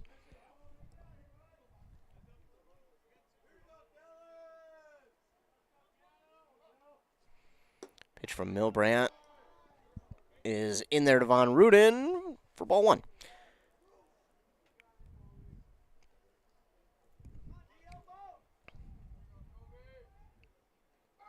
Throw over to first, not in time. They're going to make Klein get dirty, but he is back in time.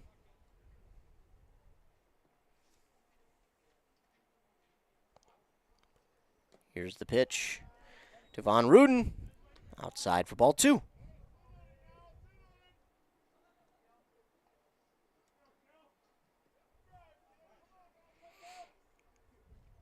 Milbrandt with the 2-0 delivery to Von Ruden. Scholl's bunt, pulls it back. It's in there for a strike. And the throw down to second is in time. So Klein trying to steal, but he is going to get thrown out at second. Great throw there from Caden Feldy. They throw him out at second. There was even a strike from Milbrandt as well. So it will be the 3rd out, but the Jaguars do the damage they need and get back on top in this one and take their first lead of the afternoon, 7-5. We will move on now to the top of the 6th inning, and all of a sudden, the Lions starting to run out of time here in this one. As we move to the top of the 6th, they're down by 2. We'll be back with the top of the 6th here on WCMP. And here's the pitch. Here's the pitch. The premier indoor batting cages in North Branch. Whether you're trying to make the team or take the team to the next level, Here's the Pitch has state-of-the-art pitching machines for both baseball and fast-pitch softball. $35 gets you cage time with your own pitcher. $40 gets you cage time using one of their top-tier pitching machines. Screens, plates, helmets, they've got the equipment, you provide the batter. Find Here's the Pitch on Facebook or visit here'sthepitchmn.com. here'sthepitchmn.com. Wellia Health Community Pharmacies are here for you, operating from 8 a.m. to 6 p.m. Monday through Friday and 8 to 1:30 on Saturdays at both our Mora and Pine City locations. Our approachable pharmacists are available to address all your medication queries and facilitate hassle-free prescription transfers. Contact us in Pine City at 320-322-5141 and in Mora at 320-679-3999. We offer local options to enhance your convenience. Explore further details online at welliahealth.org.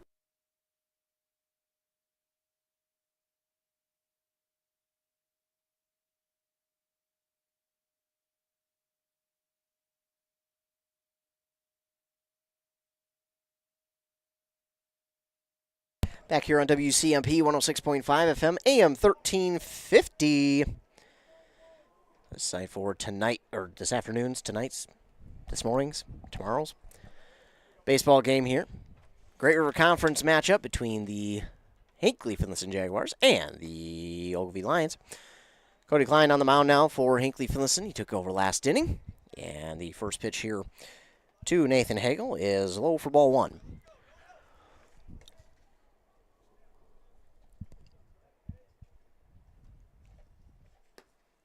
That one's ball 2.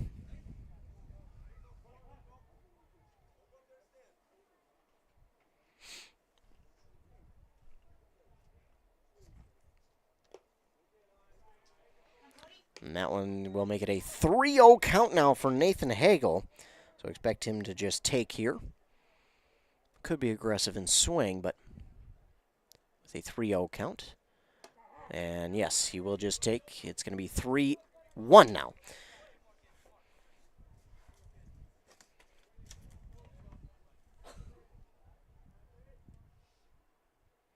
Here's the 3-1. Got him to swing on that one, and Hagel shaking his head, knowing he should have let that one go, but nice pitch there from Cody Klein in his head a little bit, and here's the full count pitch. Hagel gets it. Oh, my goodness.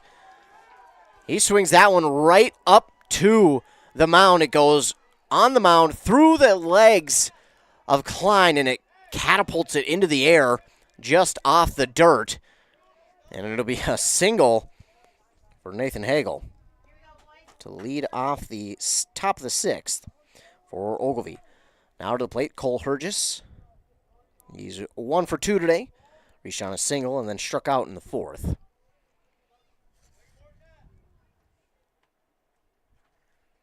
Swing and a miss from Hergis. Get an 0-1 count now. Klein trying to protect this Jaguar lead. They lead by 2, 7-5. Took a little something off that one. It's going to be high for ball 1. They'll check on that runner at first, but he's back, so no throw there from the catcher, Von Ruden.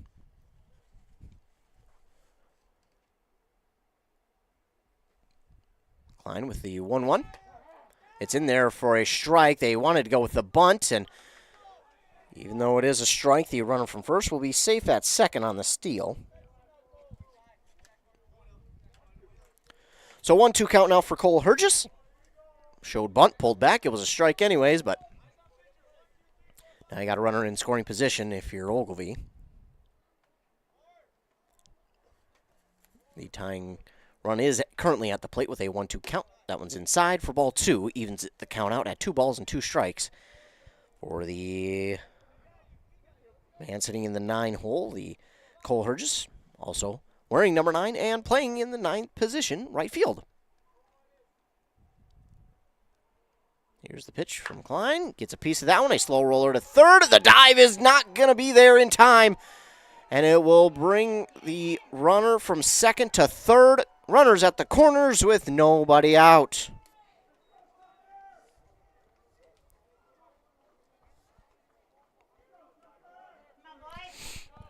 A diving attempt at that ball over at third just missed. And now runners at the corners, nobody out for the Ogilvie Lions. So that tying run now at first. The go-ahead run now at the plate in Tucker Kenyon. Runner from first is going to steal, and that ball not going to be there in time. But the pitch to Tucker Kenyon is in there for strike 1. So both runners now in scoring position, nobody out. And all of a sudden, this 2-run lead for Hinckley-Finlayson not looking like enough. That one just going to be called off for a ball. That was probably the perfect pitch from Klein, but did not get the call. And it'll be ball 1. And here's the 1-1. That one's in the dirt. Nice job by Von Ruden to grab that one. That one could have spelled trouble, but great grab by Von Ruden. And that'll hold the runners at second and third. 2-1 count now for Tucker Kenyon. Klein with the pitch. That's going to be outside. Makes it 3-1 for Tucker Kenyon.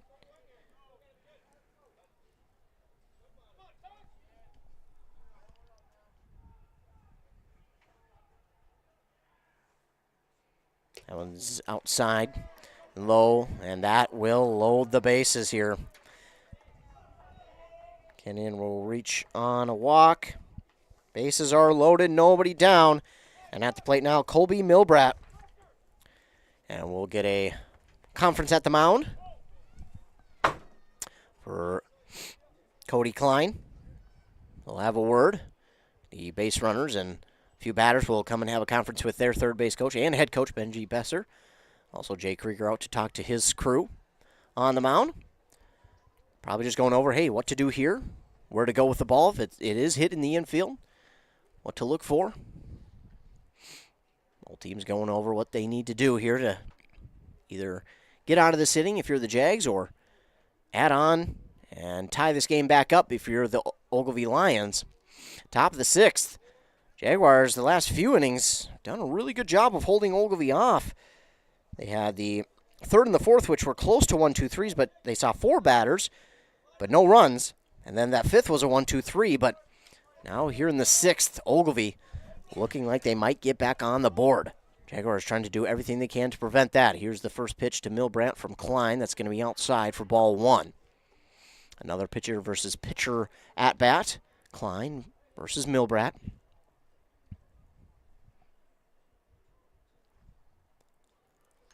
Milbrandt gets a piece of that one, fouls it back.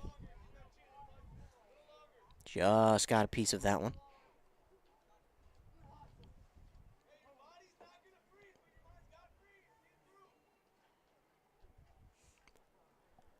One count now for Milbrandt. That one's in the dirt. And it's a 2-1 count now for Milbrandt.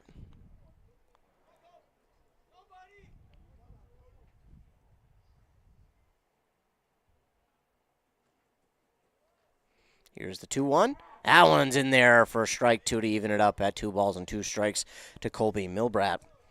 Good pitch there from Klein. Milbrandt 0 for 1 today. Here's the pitch. Swung on, foul tip, and it's an out.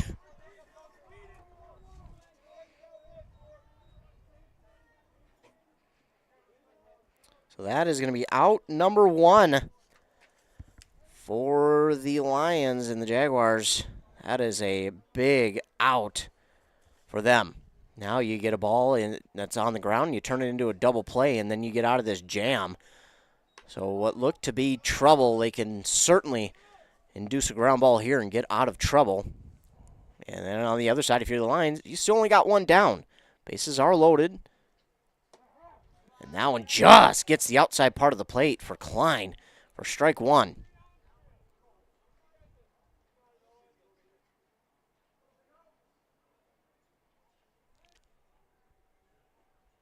Here's the 1-1 to Owen Hines. Got a piece of that one, fouls it back, out of play. So now a 1-2 count to Owen Hines.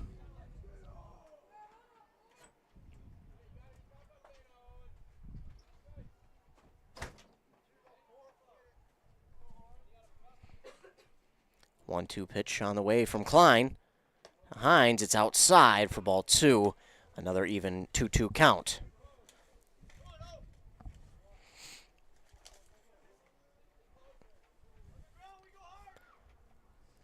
2-2 count for Hines. Here's the pitch. Hines gets a piece of that one, and that'll be out of the infield and score at least 1.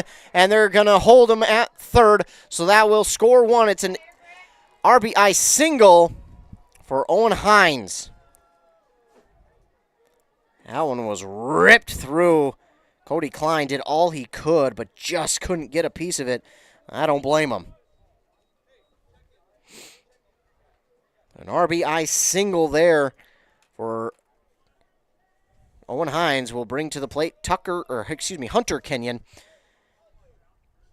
And it's 7-6. First pitch swinging is Hunter Kenyon. He misses, though, for strike 1. And bases remain loaded with 1 down for Ogilvie. A little something off that one from Klein, and it's a 1-1 count now.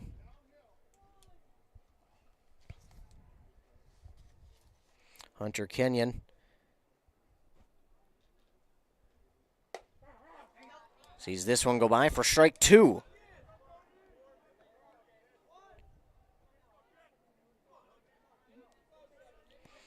He is 1 for 3 today. Is Hunter Kenyon. Here's the 1-2 pitch to him. in there for strike 3, just on the inside part of the plate. Cody Klein, he needed that one, as Kenyon will go down looking. 2 down, bases loaded, and the Jags look to get out of this pinch.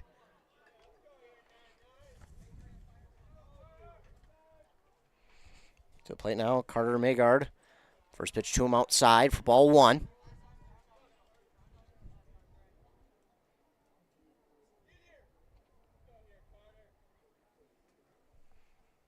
Here's the 1-0.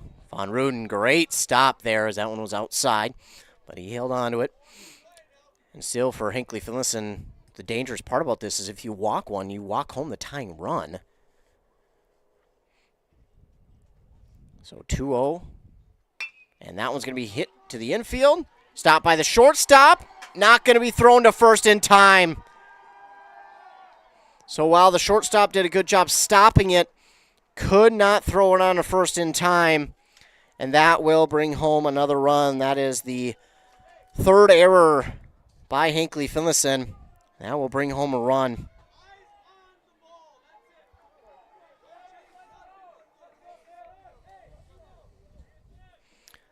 So the bases will stay loaded, and we're tied at 7.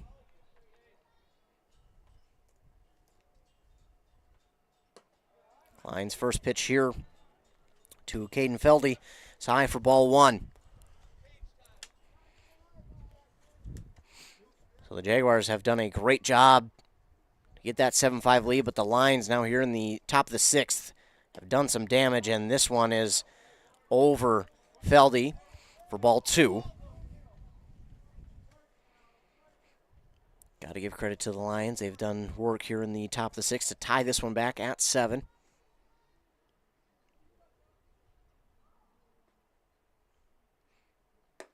That one's, just high for ball 3, 3-0 count to Caden Feldy. And again, still with the bases loaded, Jaguars could walk home yet the go-ahead run. That one's in there, though, from Klein for strike 1.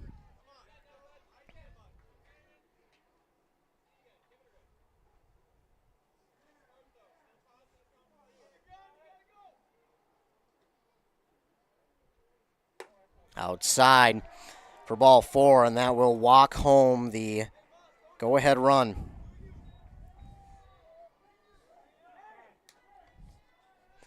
So now 8-7 the lead for Ogilvie, with 2 down, bases still remain loaded. And we'll get a conference on the mound for the Jags. Ogilvie will also have a conference off the third base line. We'll see what, if anything, changes. 8-7 is the now Ogilvie lead. They had 4 scoreless innings after getting 5 in the first 2. But have 4 scoreless since, and have now seen 3 come across the plate for the 6th to take an 8-7 lead. Now up to the plate is going to be Isaiah Voss, who went 3 1/3 innings, grabbed 8 strikeouts, but did see 5 runs come across the plate.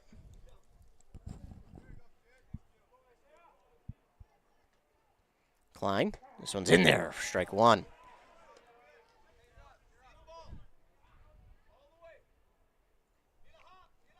0-1 count now to Isaiah Voss.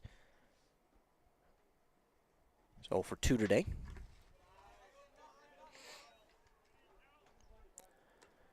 That one's outside for ball 1.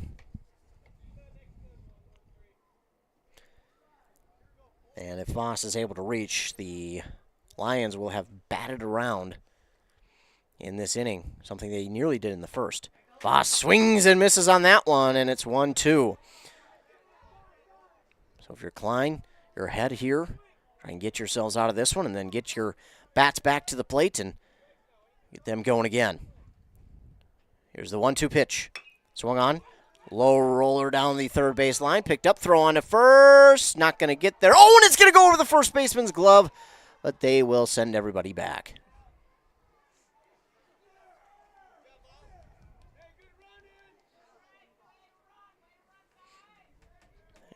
So it winds up being a foul ball, actually. Just a really late foul call, and that's okay. Got it in. So we'll do it again with a 1-2 count for Isaiah Voss.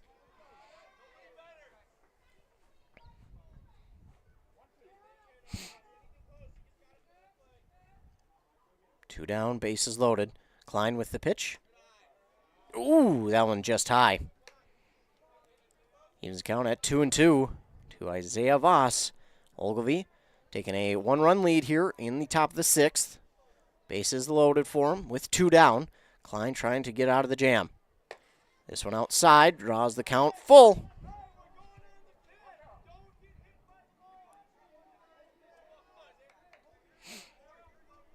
There we go, full count pitch here from Klein. Klein, readies, and here's the pitch. That one is swung on and hit foul. So everyone's got to move back. And we'll go back and do it again with the full count. Lions going on the pitch. So as they can try and get maybe a runner or two to cross. Here's a 3-2. Swung on and popped up into foul territory. Can Von Ruden get to it? He can on the dive. What a good catch there by Von Ruden for the 3rd out. That is not easy, ladies and gentlemen. You have got to get up, take the mask off, turn around, and find that ball and then track it. And the wind's blowing it everywhere. Von Ruden does a good job to grab that one. Not only grab it, but hold on. But with that being said, the Lions did their damage. They got 3 runs to cross, and they now lead 8-7 on that Embrace Orthodontics scoreboard. And we'll head to the bottom of the 6th. Can the Jaguars try and match? We'll find out when we come back after a word from our fine sponsors here on WCMP. Untangling your headphones, finding the right remote, saying goodbye to your favorite shirt that hasn't fit in 10 years. Why are simple things sometimes so complicated? Thankfully, with auto owners, insurance doesn't have to be one of them. Auto Owners works with independent agents who live in your community and answer when you call, so you can worry about more important things, like finding a new favorite shirt. That's simple human sense.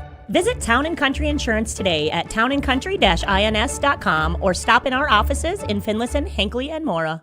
Your journey to smile with your forever starts at Embrace Orthodontics. The team at Embrace is committed to providing world-class care and a remarkable orthodontic experience. Choose between custom Light Force braces or Invisalign clear aligners with locations in Pine City, Lindstrom, and Cambridge, and a plan to fit your budget, whether you have insurance or not. Embrace Orthodontics will make your smile journey comfortable, convenient, and customized just for you. Visit EmbraceMN.com today to find out how to set up your free exam. EmbraceMN.com. Embrace Orthodontics, a smile you will embrace forever.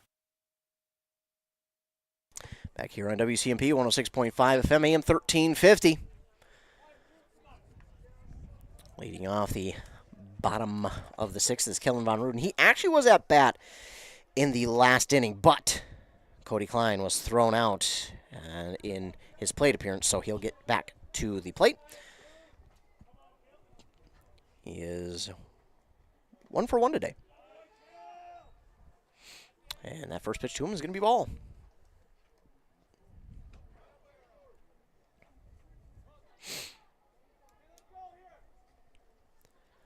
So the Jaguars trying to start it off with Von Ruden.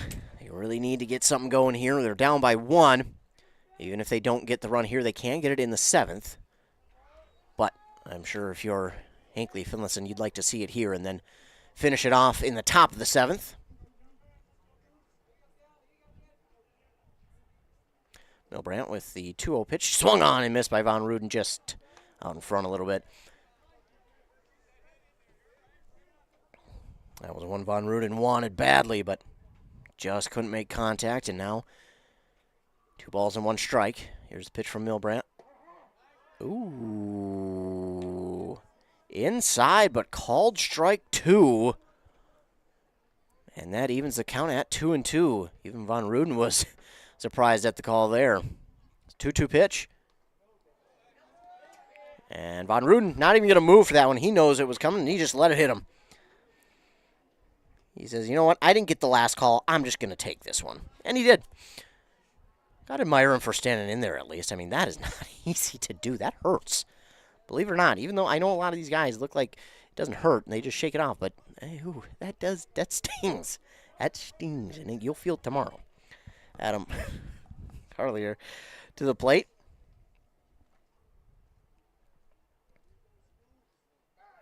Throw back, but Von Ruden is back in plenty of time.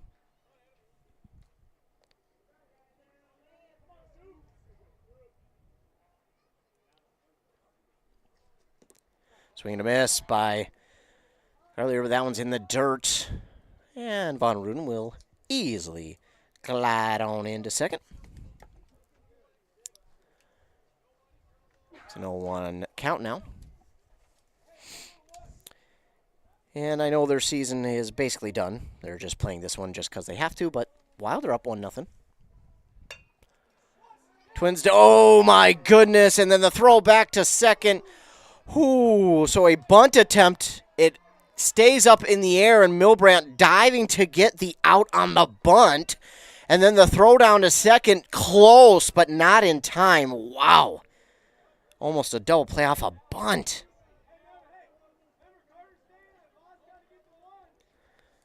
That's a tough one there for the first out. Milbrandt, the first pitch here to Grady Osmus is outside for ball one. So one down off the bunt attempt that just hung in the air. Throw back, and Von Ruden going to be back in time. They're making him get dirty. They're going to keep him close there at second. Ogilvie trying to protect this lead, but obviously Hinckley-Finlayson, they're trying to get that one run back. And Milbrandt with the 1-0. Here to Grady Osmus. It's in there for strike one.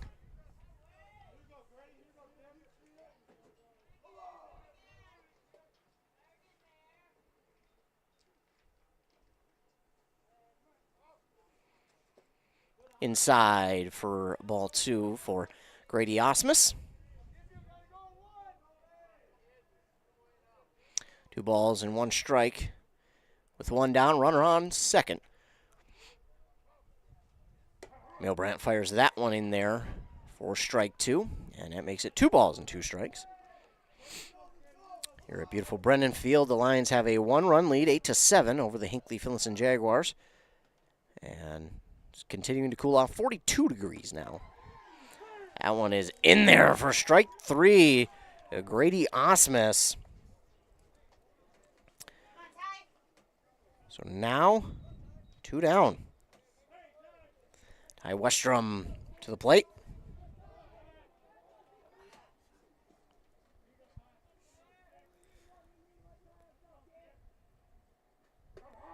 First pitch to him is in there for strike 1.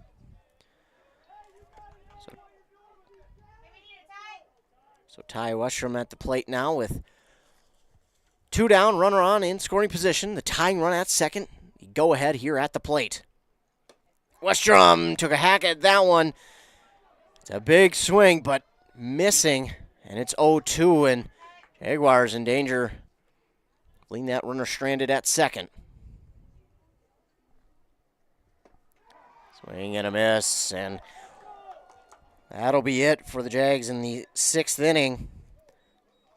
They will leave the runner stranded at second. And we will go to the 7th inning with the Lions still leading 8-7 on that Embrace Orthodontics scoreboard. Now what will we see from either side will be interesting to see. And we'll find out what exactly we'll see when we come back after a word from our fine sponsors here on 106.5 FM AM 1350 WCMP. Arrowhead Transit plays a pivotal role in bolstering the communities it serves. By providing accessible and reliable transportation, they ensure essential travel for work, education, and healthcare. Arrowhead Transit is customer-centric, continuously evolving to meet the needs of the community with initiatives like community outreach programs, job fairs, and educational workshops and more. Arrowhead Transit is more than just a transportation service. It is a vital part of the communities it supports. Your connection, your community. Arrowhead Transit, your ride. And here's the pitch. Here's the pitch. The premier indoor batting cages in North Branch. Whether you're trying to make the team or take the team to the next level, Here's the Pitch has state-of-the-art pitching machines for both baseball and fast-pitch softball. If your batter needs some individual instruction, Here's the Pitch has lessons with current and former collegiate instructors. Make the right call today. They've got the equipment, you provide the batter. Find Here's the Pitch on Facebook or visit here'sthepitchmn.com. here'sthepitchmn.com.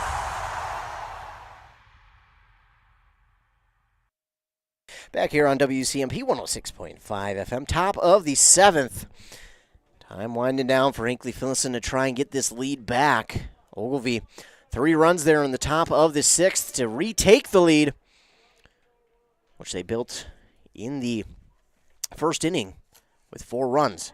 Klein, inside, but called strike there for Cody Klein.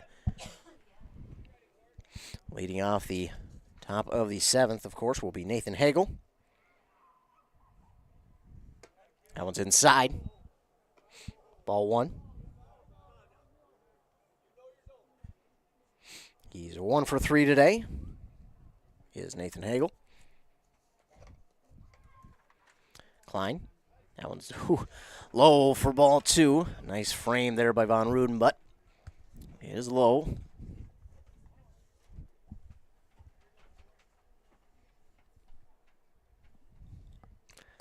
That one on the outside part of the plate to Hagel, and it's in there for strike 2. Hagel yet to bring that bat off his shoulder. With a 2-2 count, we'll see what Klein tries to do. Here's the windup and the pitch.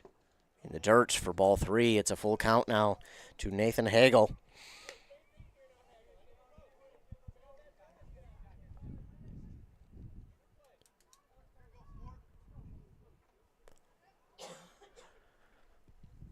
Klein readies with the full count pitch, and here it is. Swung on and hit, and fouled back and out of play by Nathan Hagel.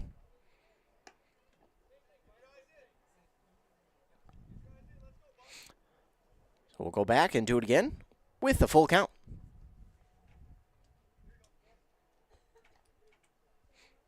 Here's the pitch from Klein. Swung on and missed. And it'll be a strikeout for Cody Klein. Swinging and missing. Bringing to the plate, Cole Hergis. Oddly enough, both of these guys, Hagel and Hergis, hit a single back in that 6th inning to start things off. And both eventually crossed the plate for runs. Two of the 3 runs they both were. Hagel watches this one go by for strike 1 as he swings and misses. Klein has found a little bit of a rhythm here in the top of the 7th. Here's the 0-1. That one's high. Tad inside for ball 1.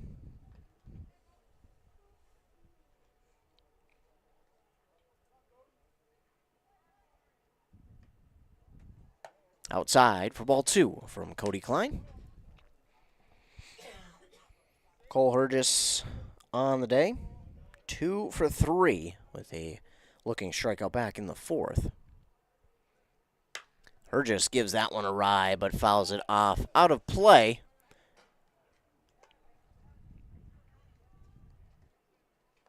Towards the bullpen.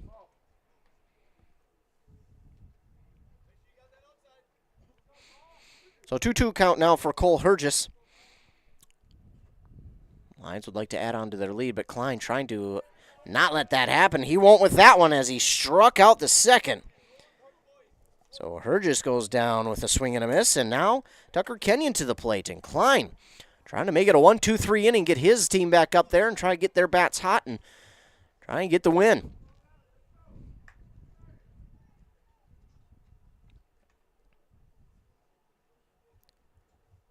Klein with the windup and the pitch in the dirt. So for a ball 1 to Tucker Kenyon. Kenyon on the day, 1 for 2, excuse me. 2 walks, a double in the 1st, and a ground out in the 4th. Gives that one a ride out to left center, but the center fielder there to grab it in time for out number 3. What a great read there by the center fielder to grab it, and it's 1, 2, 3.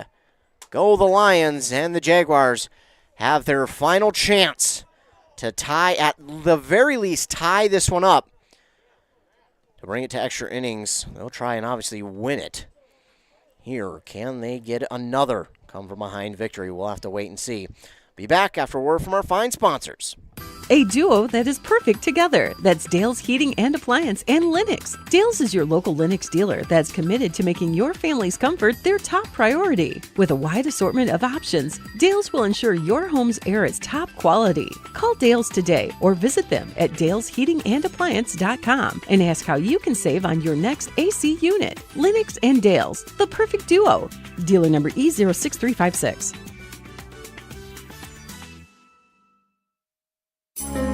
Welcome to Wellia Health's new birth center at our Mora campus. Step into our state-of-the-art facility designed for your comfort and safety. Explore our virtual tour and immerse yourself in the excitement of welcoming your newest family member. Prepare for the journey of parenthood with our comprehensive prenatal education series and discover expert tips on our blog. Your journey starts here. Come experience Wellia Health's birth center in Mora, Minnesota today, or explore online at welliahealth.org.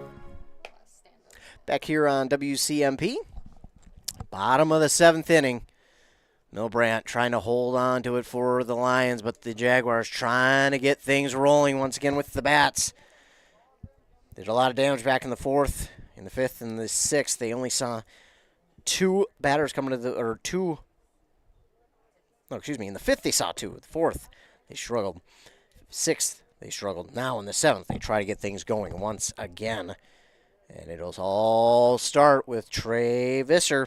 Back in the 5th, he reached on a walk, and that's kind of what got it started. So here we go. 8-7 is our score. Jaguars need 1 to tie and bring us to extra innings. They need 2 to win.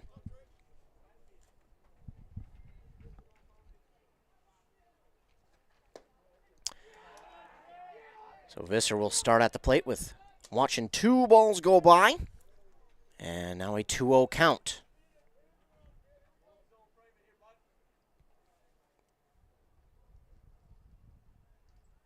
Here's the 2-0. Milbrandt fires one in there. It's going to be low, though, for ball 3. 3-0, and Visser with a chance to start it off with a walk again. He's 0 for 2 today. 2 strikeouts in the 2nd and 3rd, then walked back in the 5th. That one's in there for strike 1, though. 3-1.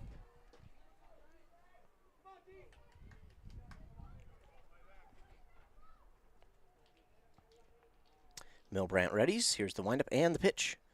That one swung on and lifted out to short left. The shortstop on it. Can't get it, and Visser has a base hit. So Visser, leadoff single. And now the winning run is at the plate, and it's Ethan Martin. 3 times he reached on a walk. Just back in the 5th, he struck out for the first time. Nobody out. 1 on, and the game-winning run is at the plate for Hinckley-Finlayson.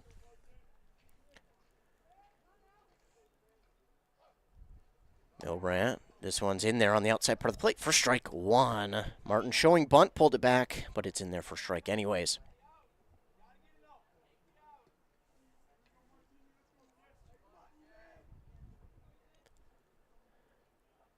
Milbrandt will check the runner at first, but he's back in time, and plenty of time. So Milbrandt will step back to the mound. 0-1 count for Martin. Milbrandt with the pitch. Showing bunt. Milbrandt, this one's going to go inside on Martin. He'll duck out of the way. And it's a 1-1 count.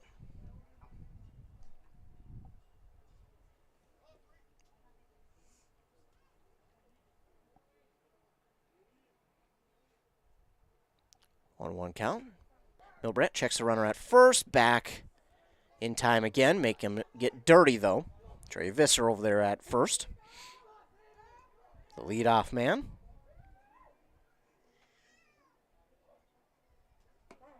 That one's in there to Martin for strike 2.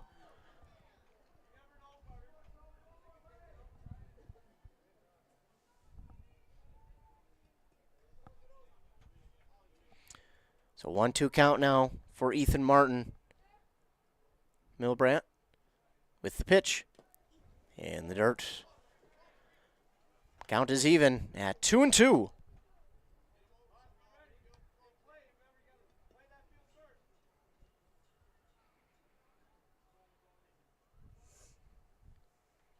Milbrandt with the 2-2. Swung on, hit right back to him. Could be double play ball. Oh, but it's going to be an error. And that's going to lead to the runner staying put at second. Oh, my goodness. Wow. An opportunity missed there for Ogilvie, but the Jaguars now all of a sudden have 2 runners on, nobody out.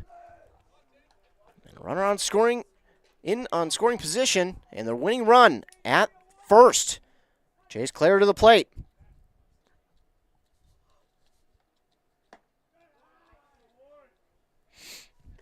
So an error. We'll see these guys reach.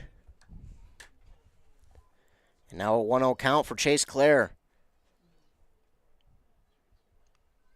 That one is a bunt right to Milbrandt. He'll get the runner out at first. First baseman comes up, cuts him off, and they'll tag him out. So ground out will make it out number 1, but those runners move up and now sit at second and third. The game-winning run on second, tying run at third. 1 down for the Jags. Griffin Steele at the plate. And here's a young man who has come in clutch before for this team. And they're going to walk him intentionally. They know what he can do. They're going to walk him intentionally.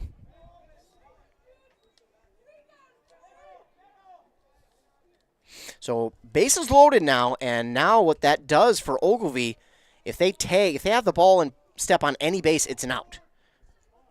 So that's what that does for them. But a base hit could end it. And that is on the outside part of the plate for strike 1 to Cody Klein. Here's a kid who is in his last at-bat, an RBI single. If he does that here, probably ends the game. Milbrandt in a jam, trying to get out of it. That one, in there for strike 2. And all of a sudden, Milbrandt, a strike away from really shifting favor back to Ogilvie. Or the momentum, that's how you say that. That one's high for ball 1. You can see Visser over there at third. He's going on nearly everything he sees. He is the tying run.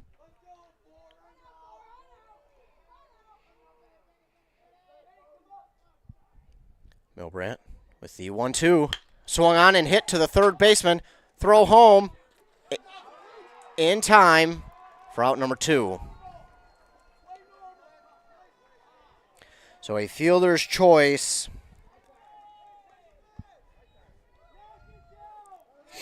We'll have Visser out at home for out number 2. Here we go. Down to the final out. Bases still loaded. To the plate, Kellen Von Ruden.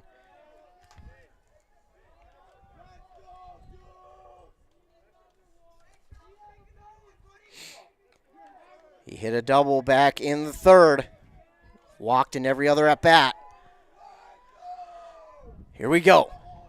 Milbrandt with the pitch. Swung on and missed, and it's going to be in the dirt. And not enough for Hinckley-Finlayson to try and run someone home. They're going to keep that out in play. Smart move.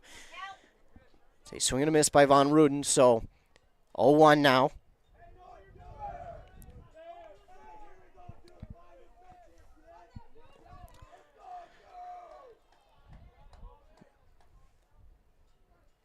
Milbrandt with the 0-1. Ooh, and it's a hit, and that will tie it.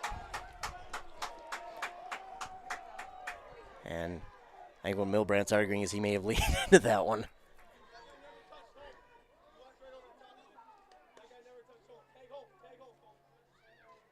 Oh, no! The base runner from third did not touch home plate. Lions will step on it. That's out 3.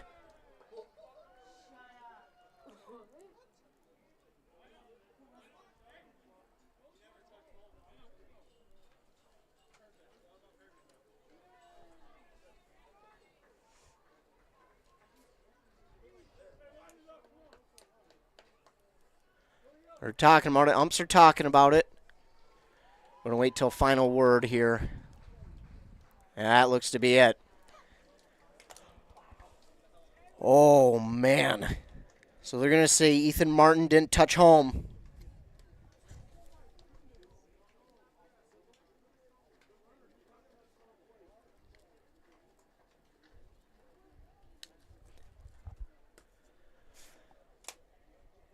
So a hit by pitch, what should have been the tying run. But the runner from third did not touch home plate. Lions step on home plate. And that's out 3. Which will preserve the win for Ogilvie. Wow. What a tough way to end it. If you're Hinckley-Finlayson.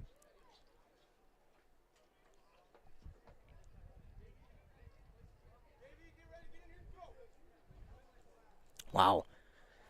So a tough way to end it for Hinckley-Finlayson, for Ogilvie.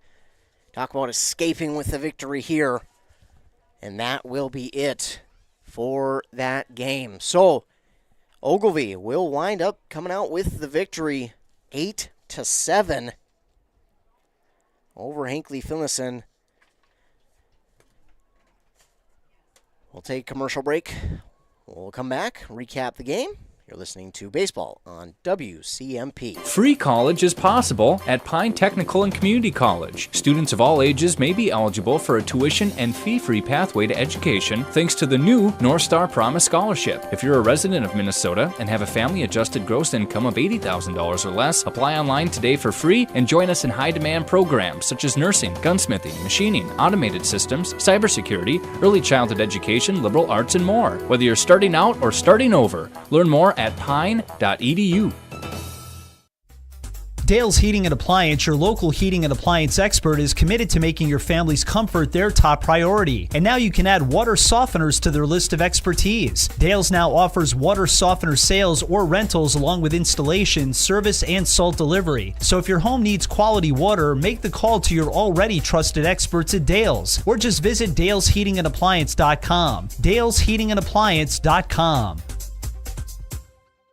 And here's the pitch. Here's the pitch. The premier indoor batting cages in North Branch. Whether you're trying to make the team or take the team to the next level, Here's the Pitch has state-of-the-art pitching machines for both baseball and fast-pitch softball. $35 gets you cage time with your own pitcher. $40 gets you cage time using one of their top-tier pitching machines. Screens, plates, helmets, they've got the equipment, you provide the batter. Find Here's the Pitch on Facebook or visit here'sthepitchmn.com. here'sthepitchmn.com.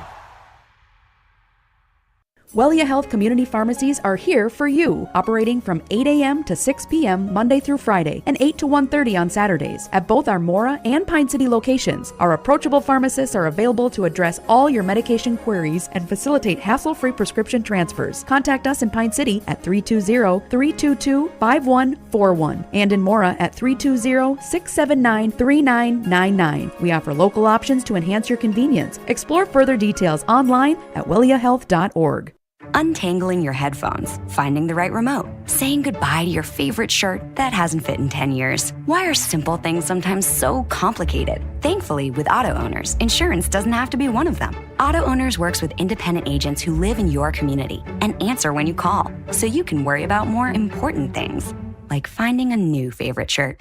That's simple human sense. Visit Town & Country Insurance today at townandcountry-ins.com or stop in our offices in Finlayson, Hinckley, and Mora. Your journey to smile with your forever starts at Embrace Orthodontics. The team at Embrace is committed to providing world-class care and a remarkable orthodontic experience. Choose between custom Light Force braces or Invisalign clear aligners, with locations in Pine City, Lindstrom, and Cambridge, and a plan to fit your budget, whether you have insurance or not. Embrace Orthodontics will make your smile journey comfortable, convenient, and customized just for you. Visit EmbraceMN.com today to find out how to set up your free exam. EmbraceMN.com. Embrace Orthodontics. A smile you will embrace forever. Arrowhead Transit plays a pivotal role in bolstering the communities it serves. By providing accessible and reliable transportation, they ensure essential travel for work, education, and healthcare. Arrowhead Transit is customer-centric, continuously evolving to meet the needs of the community with initiatives like community outreach programs, job fairs, and educational workshops and more. Arrowhead Transit is more than just a transportation service. It is a vital part of the communities it supports. Your connection, your community. Arrowhead Transit. Your ride.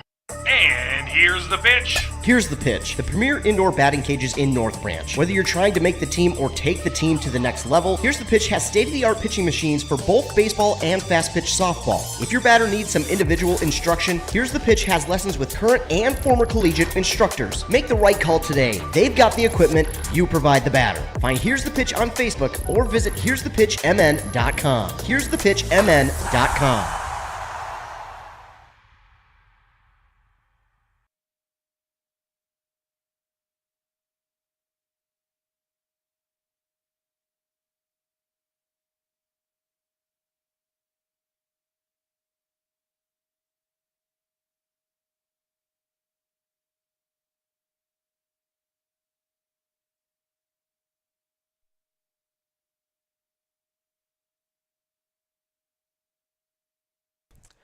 Back here on WCMP 106.5 FM, AM 1350.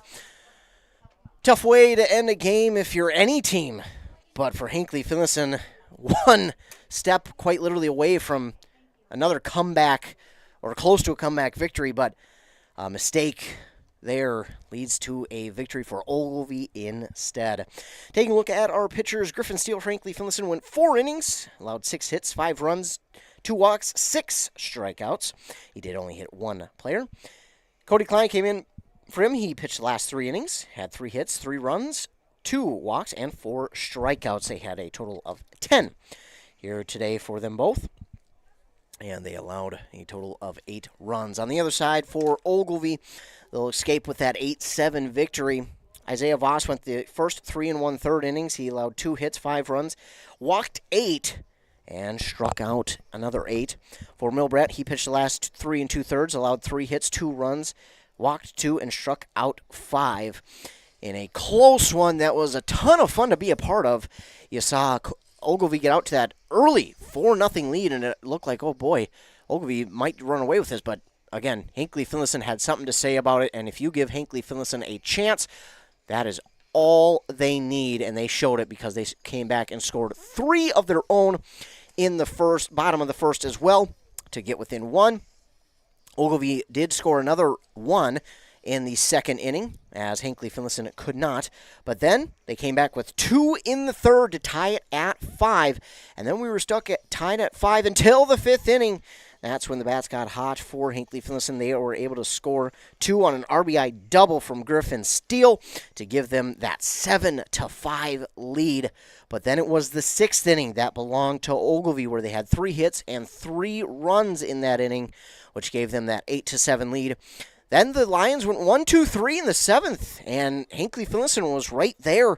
In fact, they had it. They got the single they needed from Trey Visser, who wound up getting out at home because they intentionally walked Griffin Steele. So you had Trey Visser out at home, and then the first out was a ground out by Chase Clare. Again, they intentionally walked Steele, and Cody Klein was able to get on base. And then because, of the hit by pitch that Von Ruden took for the 2nd inning in a row, it was Martin, unfortunately, who missed home plate. He did not step on home plate. And for Ogilvie, they just had to have the ball touch home plate. And unfortunately, that was it. That was the game-tying run. And I know if anyone's watching, Hinckley fans, you know what type of team this was last year. Hinckley did this a lot last year, where they would be down, but they never gave up. You just couldn't count the Jaguars out of a game. No matter how much they were down at any point in the game, they always had a chance. That's just the team they had. And again, they're showing it this year, fighting that adversity. But just a mistake there of not touching home gives Ogilvie an 8-7 victory. Again, Tough way for any team. I don't care if it's high school, pro, little league, whatever it is. Tough for any team to end a game like that. But for Ogilvie, they will get the victory. They will move out of here at 2-0. Hinckley-Finlayson will fall 2-1-1. A tough way for these two teams. Again, not ideal. So it's a tough one for both of these teams. So that'll do it for today. Tune in tomorrow. We'll be back outside for some baseball. It's going to be a little chillier tomorrow, so we'll bundle up. But for these two teams, that ends both of their weeks, believe it or not. They will not play again this week. Until next week. Next week, Hinckley-Finlayson will host Hill City on Monday. That's it. That's who all... No, I'm kidding. Hinckley-Finlayson is the only team that will play on Monday between these two. Then Ogilvie will be back in action Tuesday, where they will get to host Pine City for a doubleheader. That will be in Pine City. I'll more than likely be out at that one. And then Hinckley-Finlayson will again play on Thursday here against Pine City. I'm no doubt in my mind will probably be at that one as well. They'll also play on Friday at Bram. For Ogilvie, it does appear that their only game may be... No, they'll play Friday as well, as they'll host McGregor, and Thursday they will host Rush City as well. So they'll play 3 games as well as Hinckley-Finlayson. So tune in tomorrow as we'll be back on air on 95.5 FM with Mora hosting Rush City at 4 p.m. We'll be a little bit more bundled up for that one because we won't get to be in a press box like we are here at Hinckley-Finlayson at beautiful Brendan Field, but we'll be out there broadcasting live from Mora for Mora versus Rush City. I want to take time to thank all of you who tuned in here today. Thanks so much for tuning in. Appreciate it. And I want to thank all of our fine sponsors. Thanks so much to them for sponsoring this broadcast and every other broadcast that we do. I want to thank my camera woman to my left for being here. She gave you a new perspective on the game that I can't normally give you when I'm doing it by myself. I appreciate her being here. She gets more or less of a professional look at the game when she's here than when it's just me. So I appreciate her so much coming out, bearing the... It wasn't super cold up here, but just enough for that breeze. It got in the window just enough to make it a little bit chilly. So I appreciate her coming out and providing you all with a new perspective on the game that, again, I can't provide. So I appreciate her work that she did with the camera. Huge shout out to her.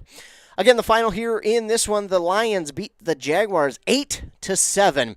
Again, stay tuned to our morning shows on KBK 95.5 at 7:30 and 8:30 with Rock and Robert Riley, then over on 100.9 with Joshua Miron at 7:45 and 8:45 for your local sports updates.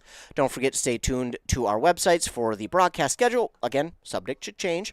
Also, stay tuned to our social medias, Facebook and our Twitter at WCMP Radio for all things local sports, breaking news, schedule changes, cancellations, postponements, LOI signings for players, coaches, hired, coaches leaving, whatever it is, we will have all things local news via our social medias. So again, the final here in this one, Hinckley-Finlayson falls in the toughest way possible that I can think of to Ogilvie, 8-7. Again, thanks to you for tuning in. Thanks to all of our fine sponsors. Remember, be kind to everyone. You never know what someone is going through, and your kindness can truly make their day. Also, a big shout out to the camera woman to my left. Final once again here on that Embrace Orthodontic scoreboard. Lions 8, Jaguars 7. For WCMP, I'm Ethan Game Day Gilman. Have a great rest of your night.